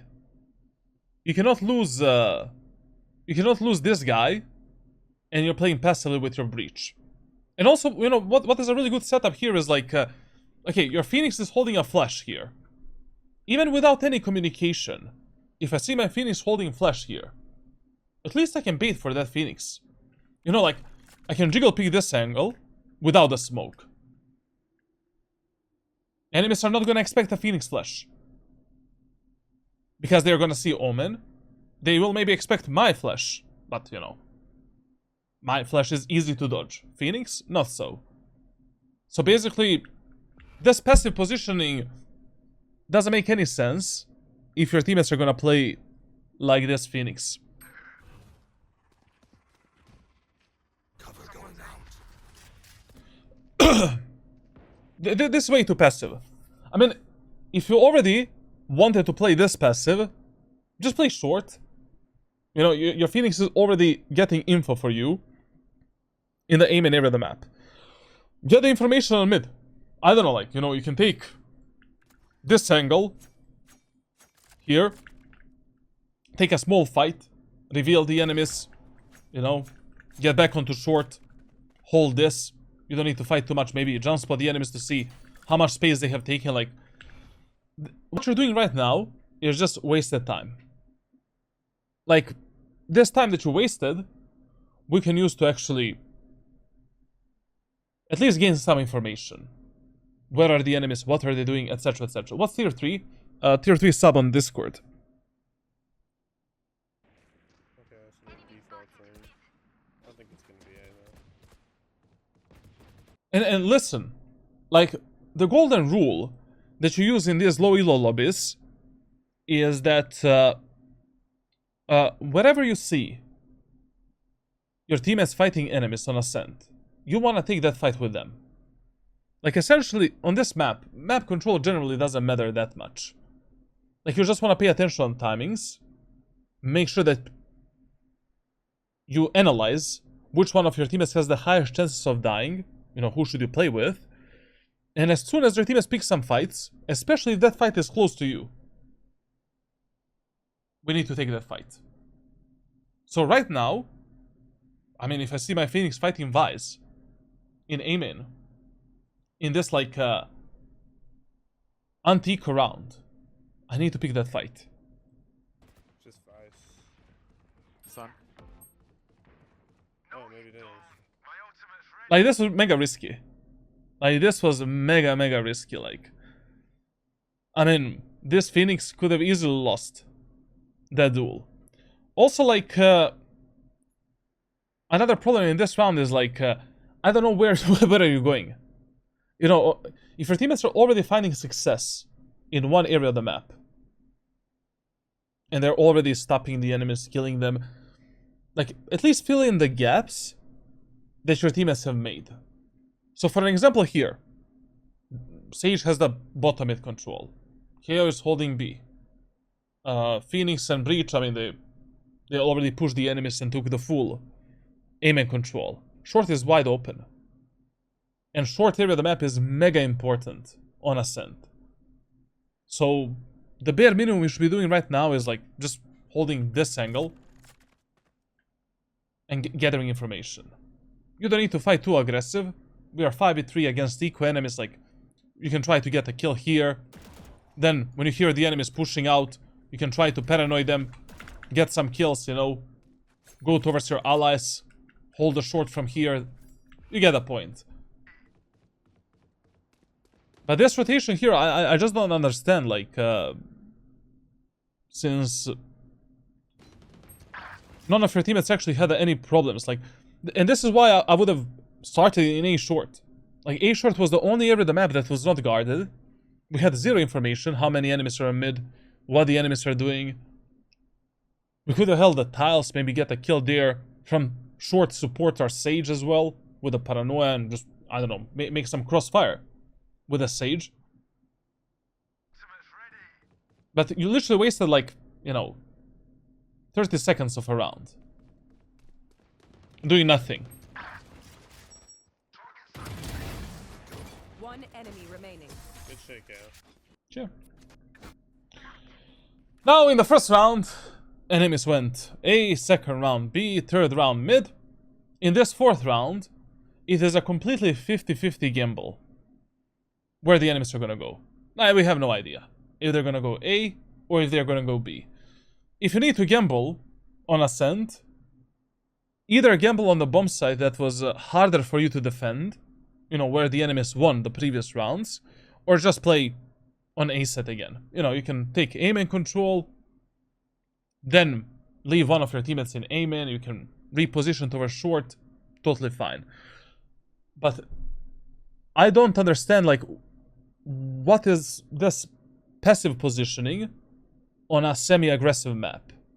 You know, on maps, especially on Ascent and Split, especially on these two maps, like, you need to play aggressive and take at least one area of the map from the enemy team at the start.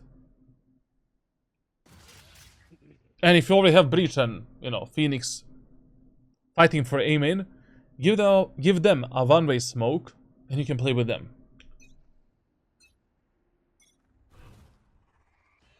I mean, one good thing about this is that enemies might not expect him on the A site. You know, they're gonna see the Breach, see the Phoenix, like, I mean, if he hides for the next 20 seconds, maybe he can get some kills and then, you know, escape with the Shrouded Steps on Rafters. But, I don't know, this is too much. Not really baiting, like, I mean, he's not even baiting. It just, when you see teammates playing this aggro, it's always good to play aggro with them. Use their lives. Basically, that's your whole point when you're stuck in Diamond, Ascendant, and Low Immortal. Like, just figuring out a way to use your teammates in order to fight enemies together. Dayon, hello, baby, how are you feeling today? Good. To be honest, really good. The matches were not good today. Yesterday, games were really nice, man. Like, I don't know. The 3 games we played yesterday were so fun. Like, I really hoped we were gonna have the same luck with the teammates, you know?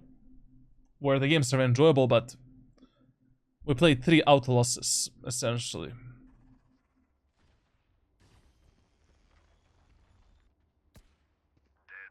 Damn. Good kill. He was giving them a moral support, like... I don't know what to tell you, man. Like, I mean... I would have also given them a one-way. Fuck it, like... You know, I basically... I don't know if that Phoenix is gonna be aware that maybe an enemy can hide here, dodge his flash, and delete him. I don't know how Phoenix is gonna fight. I don't know how many enemies are gonna fight here. This is way too passive, bro. Like, the only times you should start this passive is if enemies are already wasting tons of utility to take the aim and control. And no matter what you do, you cannot delay them or stop them in aim in. Or if they have some big ultimates. Then, you know, like, with Omen, what you can do is basically start behind the double boxes here. Let them take the site, you know, you can just do a smoke to make them waste even more utility. And then when enemies, you know, click the switch, you kill the switch guy, TP away. That's it. Like, you know, you made a numbers advantage, we wasted the enemy's utility, now we can play a 5v4 retake. But I don't understand this, to be honest. Also here, Alpha A. Especially because enemies can now be short, killing your Breach as well. So that is, I don't know. I don't understand how you have such a passive positioning. Yo, Jolmos, we'll see, man. Cover going out. Your tips help me to get Platinum 1 from Gold 1 in 1 week, thanks. No problem, man, no problem.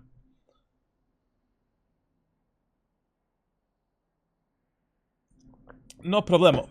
I'm not faster right now. One second.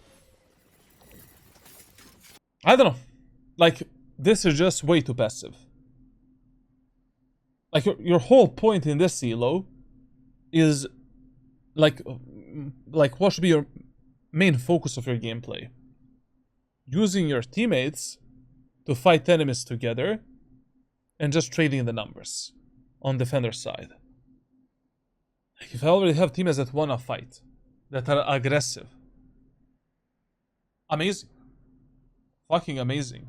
I can use that Phoenix to get maybe like 1, 2, 3 kills in aim and area of the map before I play in a position such as this one. Here, to be honest, I would actually dip away. Like, basically, we have 0 short control. You have 0 support. Like, this Sage peeking from tower, that's a suicide. I would just play retake here, to be honest. We still have a breach stun, breach flash, KO, knife, flash test, molotov. Like, we can still play a clean 5v5 retake.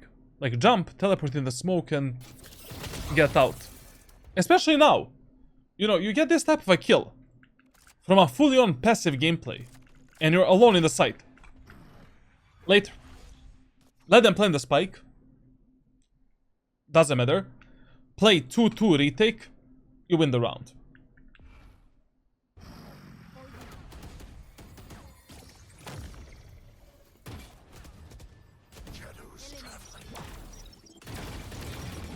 But one of the biggest problems in this round is that you don't know, like, what this breach is gonna do. Like, I mean, just based on the minimap, this breach was like... he was not really good at tracking the timings in the A short area of the map. And once you lose the garden in short, like, defending A site and generally, you know, playing refrag game with your teammates on Ascent is mega hard.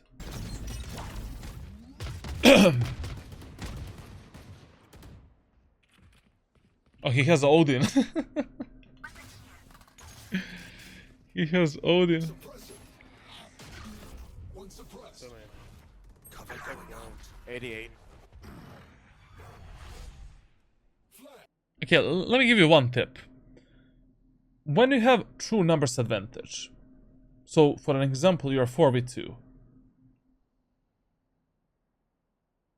you don't need to use any utility that might fuck up your teammates. Right now, no reason to use a shrouded step.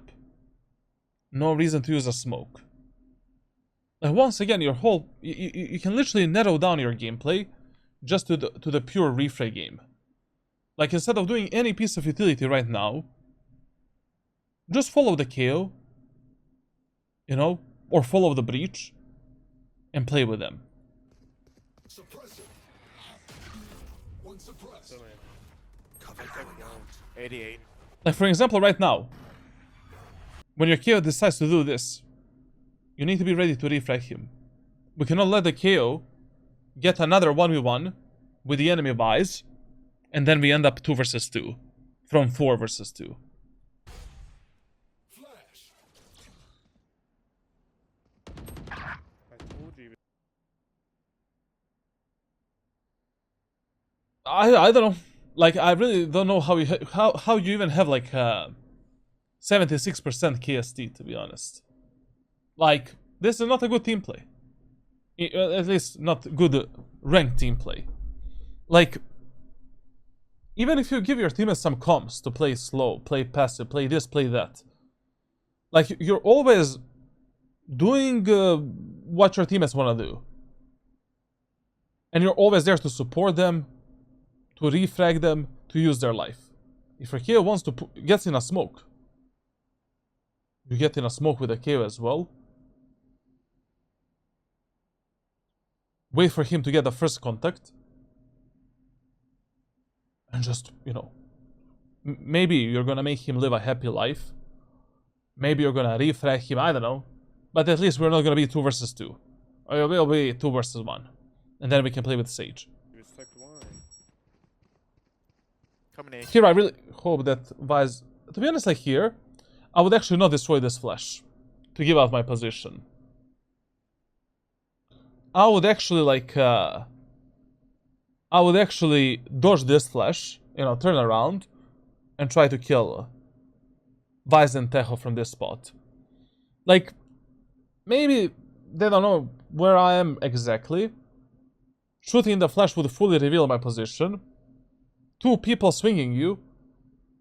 I mean, very low chances that you're gonna win this duel. Come here, come here. 30 seconds left.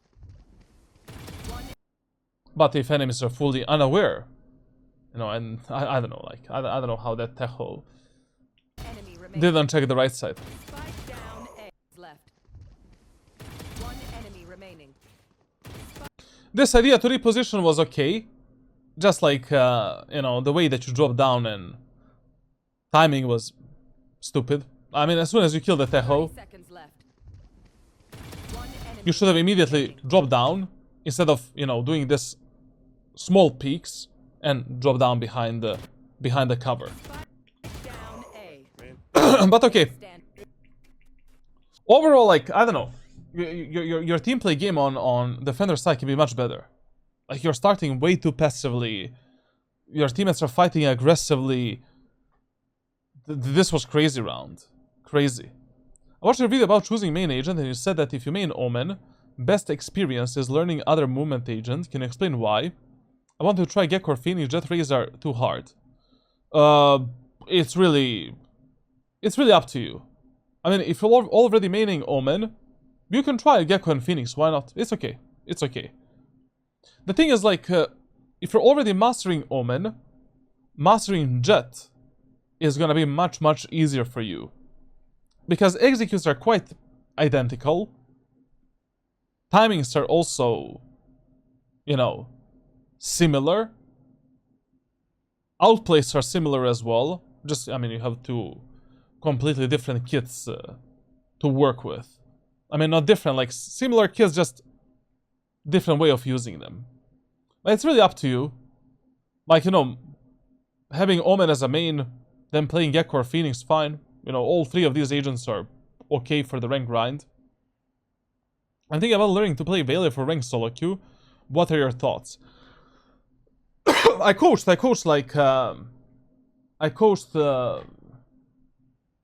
players on Veiley so far. I don't know. Like, all 3 of these players, like, got 50... I don't know, in between like 53 and 55% win rate. But I kind of think that if I coach them on other agents, they would actually have more success. You know, Jet, Raze, Omen, Phoenix, Yoru. Like, Melee is fine, just... I don't know. Like, it really has a lot of cheesy strategies, a lot of good strats that you cannot do with other agents because of her teleport and how it works. But it's a bit easier carrying with other characters. I started doing aim routine for the past 15 days. I received a huge boost in my mechanical skills. But yesterday and today I can't even perform 20% compared to the first. How can I solve this? Well, you can't, like, you know, there's always gonna be days where you aim bad. There's always gonna be days where you miss your shots, like. Inconsistency is gonna get better for you as you're playing more, as you're playing every day, as you're training every day, and that's it. Like, what is really important in Valorant is that everything else is consistent for you. Like your knowledge, decision making, positioning, how you play the maps, utility usage, mentality, attitude, communication, adaptiveness, like map awareness, like all of these things can be always 100% consistent. Mechanics, like, you know, really depend on your mechanical skill ceiling, on you as a player, like what you do during a day as well, like how focused you, like there's a lot of variables there. Like there's a really small amount of players that can be always on the same level mechanically. Like a really small amount of players. How do you improve KST? You survive more, you play smarter, you play on a refrag potential, you're not dying alone, and that's it. Snuff them out. This round playing on B, is it a good idea? Yes. Enemies are going A, B, C, D, E, F, G. Chances that enemies are gonna go B are through the roof. Very good read. Just once again, we're starting way too passively. Like, you know, I would always choose this position as my dead last starting position on B side. We're just, you know, holding a tight angle here, going for one tap or burst fire, or jiggle peeking this angle and doing this. And then you can play, I don't know, some kind of an off angle like this. Try to get one more kill. Delay the enemy's push with a smoke. TP onto stairs through the enemy's smoke. Then with a paranoia, we can maybe re-engage the enemies together with our teammates. I don't know, like, but my guy, you cannot start at the stairs, bro. Like in the first like 5 seconds of a round. Get out of my way. As I said, like even if your idea is to kill enemies with a bucky from the backside, at least bait the enemies with a classic pistol. Do this, you know. Jiggle pick for the info. When you do this, maybe enemy Tejo is gonna use a drone. Reina is gonna use a flash. You're gonna bait out some utility. You're not gonna allow the enemies to walk into this position and then do the fast execute without your teammates knowing how much space enemies have taken. Is it there? No, I don't hear anything. Okay. You see, this is the problem. Now we have no info on the map. Phoenix playing passively. Breach playing passively. KO playing passively. Crazy. If your whole team is playing passive like this, in a full buy round, it is also totally fine at the start of the round. You do a one-way here, prepare it, and then hold this. When the enemies are crossing this one-way, very rarely they're gonna walk it. I mean, that's never gonna happen in this CLO. The enemies just walk behind that one-way. They will make some sound. And then this breach that is playing passively in short can give us the info if there are some enemies in the Omen area of the map. And I mean, we need to gather this information as well. Hey, I hear one or two. You see here, like thanks God that our KO actually did a knife in the B main. I don't know how we have, like, why are we playing so passively on a defender's side?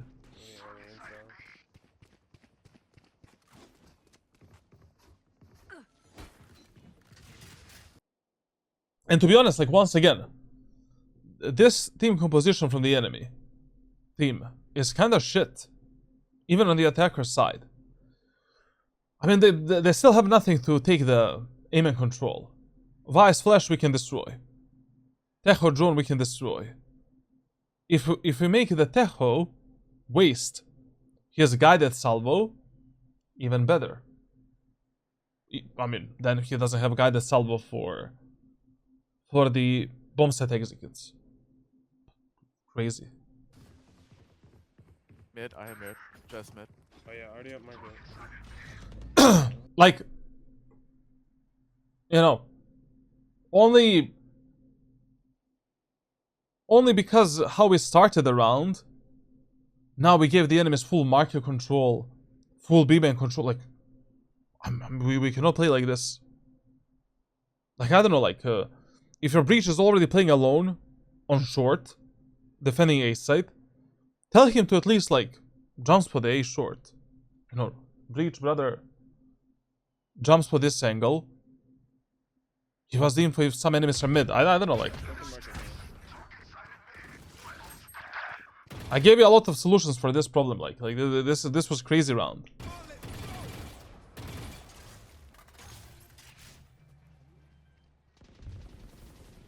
Okay, Wise was mid. Spike planted. That was the mid player. We should be doing smokes for B main. Going out. Enemies took the B side control. Long time ago. Enemies can be on the stairs, Speedway, B main, everywhere. Our Phoenix with the ultimate, he did clear, briefly, enemies on stairs. But we know that Vice is in the B main. Enemies from the Speedway can kill us at any moment of time. Like, I don't know.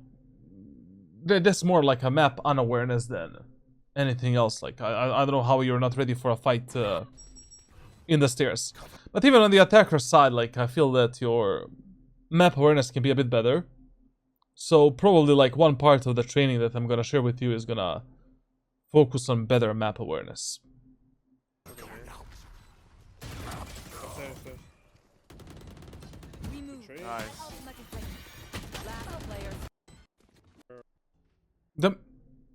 The number one problem of players on Ascent, on a defender side, like, why do you lose 2, 3, or 4 rounds that you should not lose on defense? You're playing way too passively. Like, way too passively. Without any information. On a map such as Ascent, Split, and Sunset, you cannot do that. Especially because defender side players can easily fuck up the attacker side players in A main, B main, and mid. With various different setups. Now listen, when you're doing these early smokes and one-way smokes with Omen, just follow the basic rules. So, rule number 1, you want to be as close as possible to the position on which you want one-way to land. So if you're doing a one-way for the A main, I want to stand here, like this. Second rule, you want to micromanage your smoke with your mouse to immediately land how you want it to be. So you don't want to do this. You don't want to do this. You want to do this immediately. So when the smoke deploys, it's instantly giving you a one-way.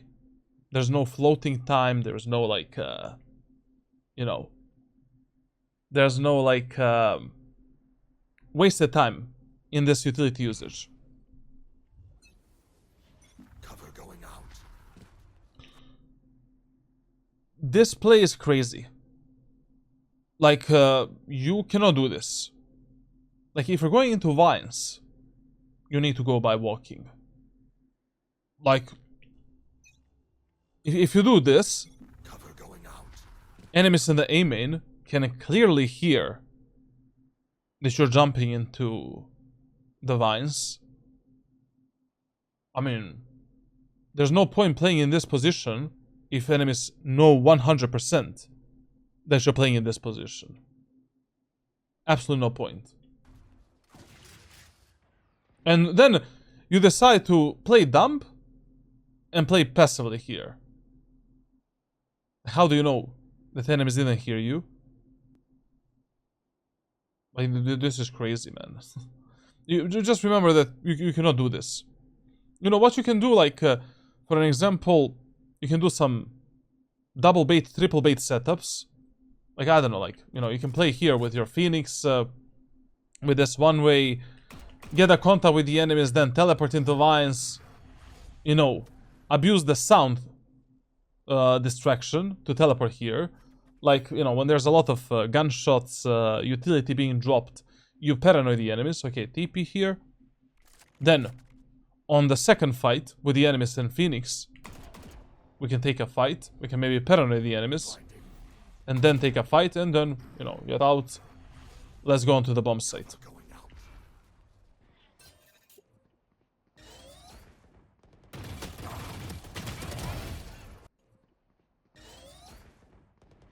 I don't know, to be honest, like, here, you're also a bit lucky. Like, if I was this Teho, and I heard you, like, dropping here, brother, you are eating one guy that's salvo here, one guy that's salvo here. You're dead, basically. We can just swing and take a kill. Good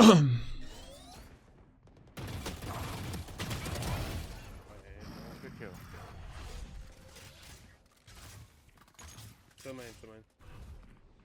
Shadows traveling. Okay, you have a Sage in the team. You have 5 HP. Why don't we get a heal? And also, a second question I need to ask is, your job is done. We are 5v4 with a Sage ultimate. Why do you feel pressure that you need to fight more? You've done your job. Even though it was not the most pretty job ever, and I'm gonna give you some training for your mechanics, but why do you need to teleport there? Why do you need to fight more? And also, I need to correct you, when it comes to the smokes, like, whenever a choke point is some kind of a corridor, like this, you use the deep smoke as a smoke to stop the enemy's push. We use this smoke for the retakes, and we use the cubby position smokes when we are playing around the smokes with the shotguns, or we want to outplay enemies somehow. Like, you don't place a smoke like this, especially not like this, when you want to just delay or stop the enemy's push. Like, for an example, one enemy can peek you here, kill you, Breach doesn't see that enemy. I mean, he doesn't have a clean line of sight. And it is a lot easier for the enemy jet to do execute through this smoke rather than doing it from the deeper smoke, for an example. There's a lot of reasons why we do this. But here, go short, get healed, play with your teammates, win the round. Plus you have a paranoia. Easiest round of your life.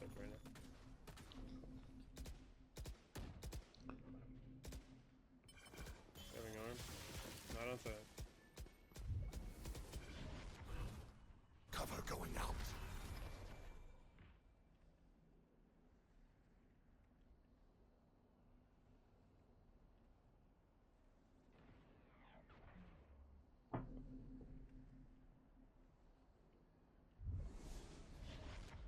Okay? Thank you. I think they're still here. Shadows traveling. I really don't see a reason to play on a one and done angle when you have a numbers advantage. Even if it is a small numbers advantage. Why? In a full buy round. With a Sage revive. 30 seconds left. One's still Amen. You know, like, your teammates can easily get smoked off here, you're left alone, Reyna flashes, just goes in, you die, your teammates are 4v4, and your Sage cannot revive you in this position, obviously.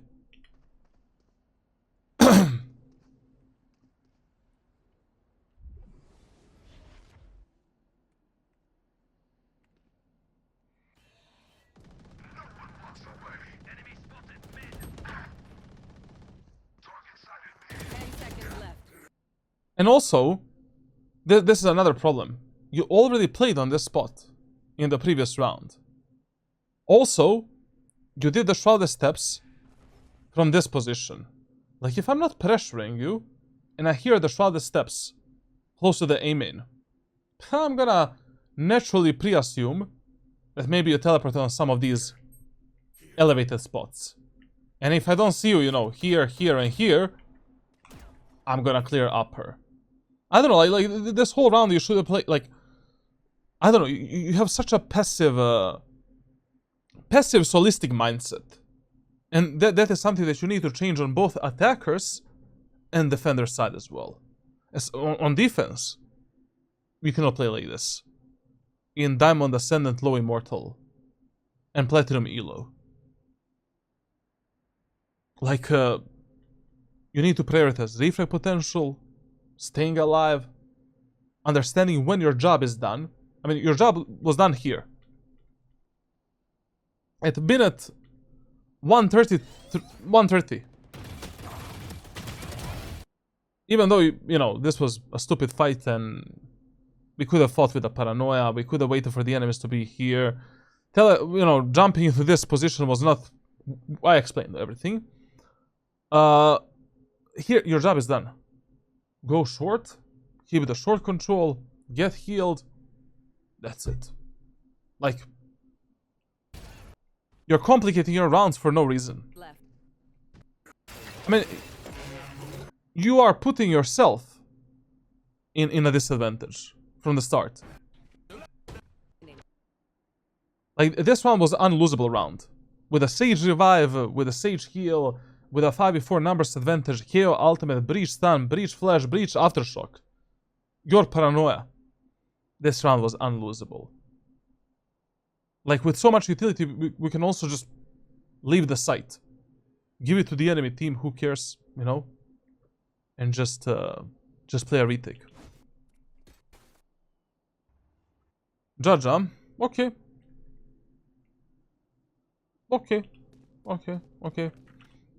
Okay, buy option, like, I mean, he still has money to buy in the next round as well. So, okay, little force.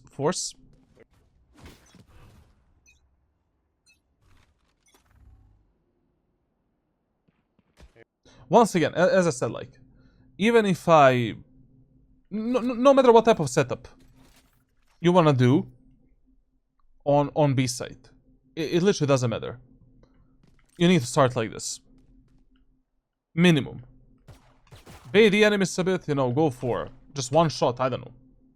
Destroy the drone, and then position however you want. Now play here with a judge. Usually not the best idea. Like, this is one of the worst angles where you can play when you're defending the B site. But let's see how this goes.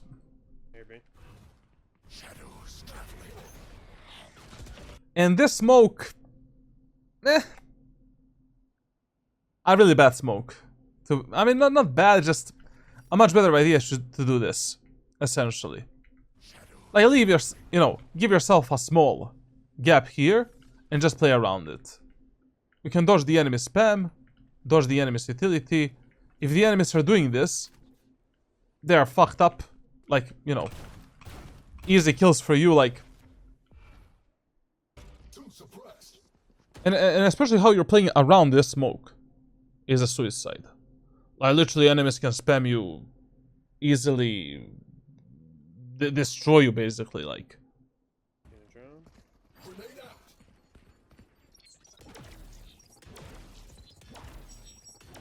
Mid. Cover going out. To be honest here, like, I'll be using my ultimate. Like, if you stop the enemy's push on B, and you hear the enemies on mid, I don't know, like here, I would actually go towards the breach and connect with the breach. Basically, what I would do here is I would teleport towards the A short, close the market doors, to bait the enemies, to make them think that I'm playing on site, guard the short with a breach, play a double cross setup, and that's it.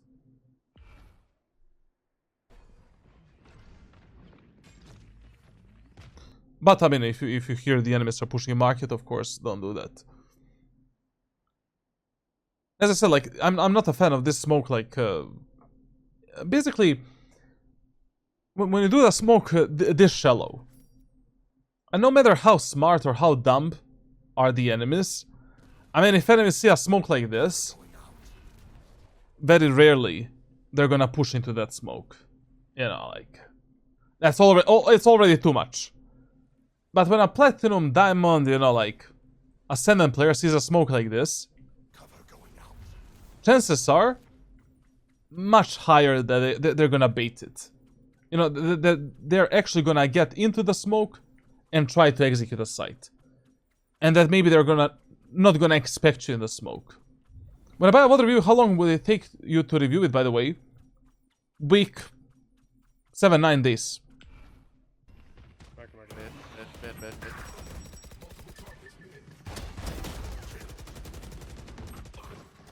Watch mid. Paranoia? Spike planted. Last player. But you okay. I mean, you heard the guy literally there. Maybe I'm tripping, but he heard the guy right there. Watch mid.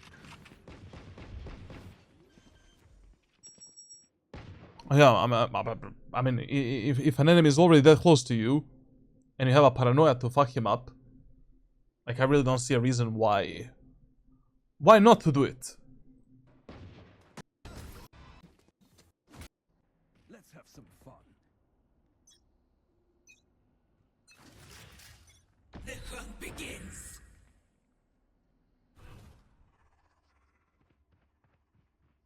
And once again, we are back at the backside of A site against the Tejos ultimate. This is gonna be fun.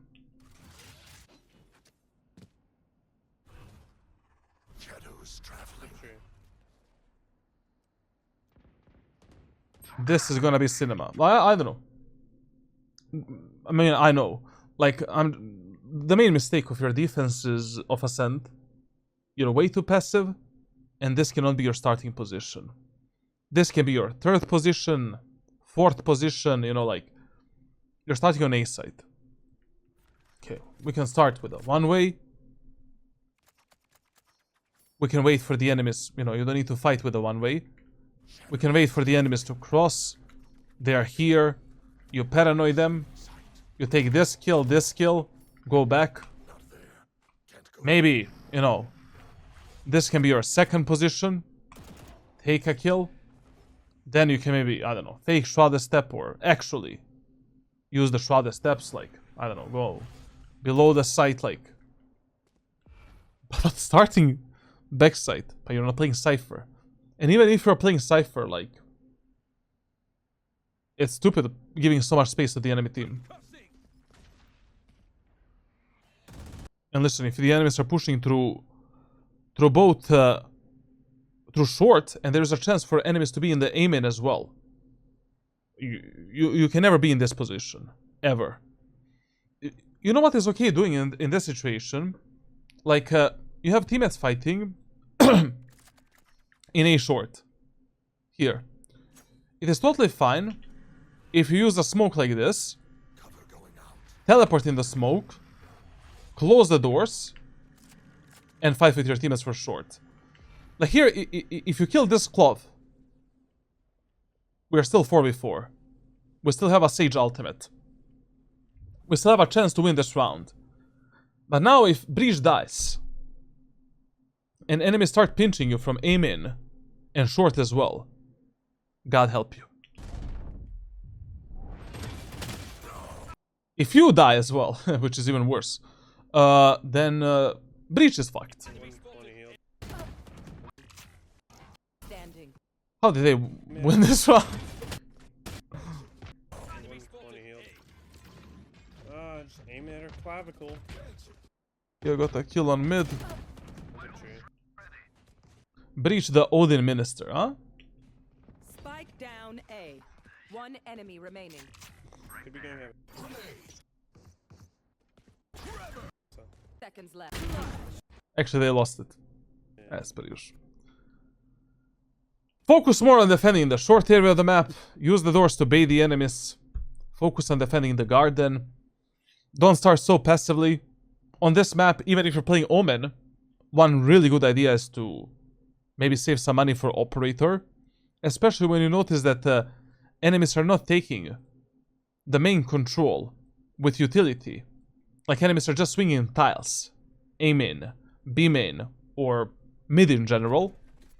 Pick up the op, take a kill. Then we can maybe fake TP, take another kill, TP again. I don't know, peek bottom mid, take a kill, TP into pizza, take another kill, whatever. Enemies are pushing B main without any utility. It doesn't get more free than this. Then we can get on this off angle, like, take one more kill. Like, I don't know. Like, we're just wasting opportunity to completely fuck up the enemies in these narrow corridors with a paranoia, with op, with utility setups. Like, it's just stupid playing like this on Ascent.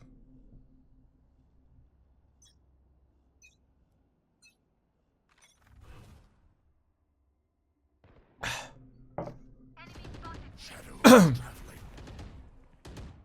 I tell you, you going to drown? Good kill. Listen, if you don't have market control and enemies are splitting you, we cannot play this position. Like, also, remember that it is totally fine to even use, you know, if you're playing shotguns and enemies are maybe splitting you right now from main and mid. It's fine if you do this. Shadows traveling. Give the smoke to the enemy team. Get in a smoke and be ready to shit on the enemies. You know, like, or use the smoke here, Shadows traveling. TP into market, play around it. I don't know, like, you're playing in front of the smoke, you can instantly get scouted by the Techos drone, easily spammed. I don't know, enemies need to be mega dumb to just get into this smoke and push out. Shutting them down. Cover going out. Oh, okay.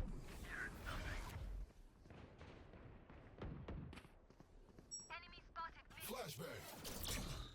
What's that left side? Flash.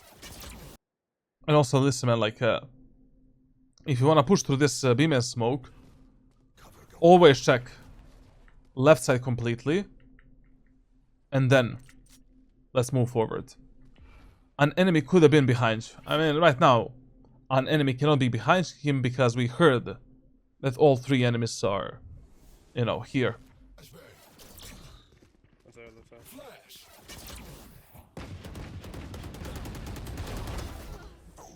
Go back. Job done. What? You're alone in the beam and area of the map? Keep your location. Like, when you apply pressure like this, it is totally fine to just give up. It's okay. You don't need to fight anymore. Pick up the gun from your dead KO. He had a Vandal, I think, right? Or whatever. I don't know what he had. Reset yourself. Like, now enemies need to consistently think that you're behind them. With a paranoia, you can support your teammates in tiles and here.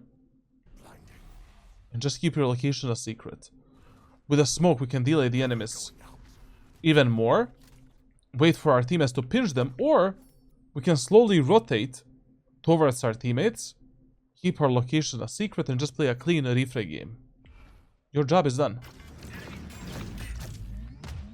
Very good. Cover going out. One Oh, one bullet. enemy remaining. Good shit. Now, since I don't want to talk about the enemy's pattern of pushing in this game, because enemies are fully following AB rule and rule of fear. Literally every round they're doing something different, so, you know, in this round, where should we play? On A site. And I would literally leave KO alone on B. When is it good? When is it especially good to do this type of gambles? When you have the ultimate with Omen. Like, if you have Omen's ultimate, okay, leave the KO alone to defend the market and B. And if enemies are pushing B, okay, because you can smoke the B main, teleport towards KO, and play with him and support him. But keep in mind that you always want to be start in area of the map where you think the enemies will go next, so that you actually control these initial duels. If you already don't know, if you can trust your teammates with these initial duels. Get out of my way. QB. As I said, like, especially since you're playing super passively, right now it made zero like difference if you started on A or if you started on B. But that A gamble was much better. Also, like at least once per game, if you're playing B side, so I try to use this off angle. In these like diamond platinum lobbies, like people are completely unaware of existence of this position. If you're already playing passively, wait here a bit. We can also maybe pull out the paranoia, I don't know. Like depends on the timing. And just kill those enemies. Or just when you think that enemies are unaware of you, peek, take the kills, then you can go towards the stairs and do whatever you want.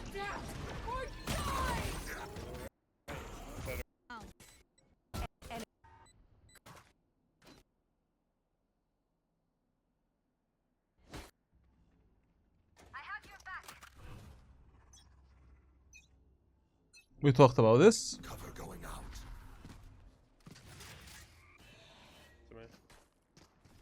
Watch your eyes! Bunch of guys enemy. We can kill.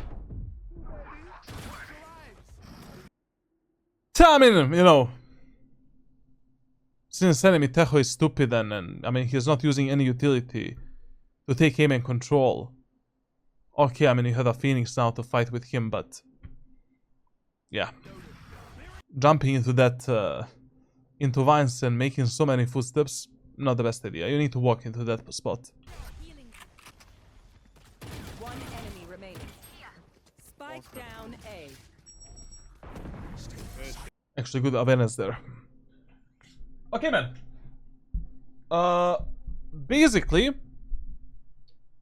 I'm gonna review your VOD one more time off stream because I already forgot a bit like what I saw on the attacker side. And as I said, based on your tracker, like and your overall gameplay, like you really need just a small push in a different direction when it comes to your playstyle and mindset in order to get to Ascendant 1 in a matter of weeks. So what I'm gonna try to do for you, which sometimes I do when I do these, you know, tier 3 VOD reviews, I'm gonna try to make and find some kind of a training for you that is gonna cover all of these problems that you have within your gameplay. I'm also maybe gonna make some custom aim training routine for you, and through the private messages I'm gonna just hit you up like with all of these solutions. I really believe like if you follow the stuff that I make for you, I mean you're gonna get to Ascendant 1 in literally in a matter of weeks. Like it is stupid based on your stats and based on how you play the game that you spend so much time in this you know, diamond platinum elo. Also, when it comes to Ascent, I mean, we discussed everything that you can do better on this map. Like every single play that you did, especially on the attacker side, like what you could have done better. So literally, like, you know, there's nothing else that I can add for this map. It's a bit sad because on defender side, like we saw nothing. I mean, you played so passive, it's just insane. Like against these enemies that are not using utility to fight for the main. I mean, you need to waste some utility from the enemies. Like, we cannot give this for free. And when enemies have shit utility to fight for the main areas, they're fucked. They're absolutely fucked. Like, we have Phoenix flashes, your flash, one-way smokes, Molotovs. Like, our team comp was 10 times better if we micromanaged our teammates better and if we actually played a bit more aggressive. Overall, that's it. Like, give me one day and in next 24 hours I'm gonna share everything with you. Thank you for watching. Leave a like, subscribe, leave a comment, all that good stuff. Join my Discord server. Like right now I organize like a giveaway for free coaching. And yeah, see ya in the next one.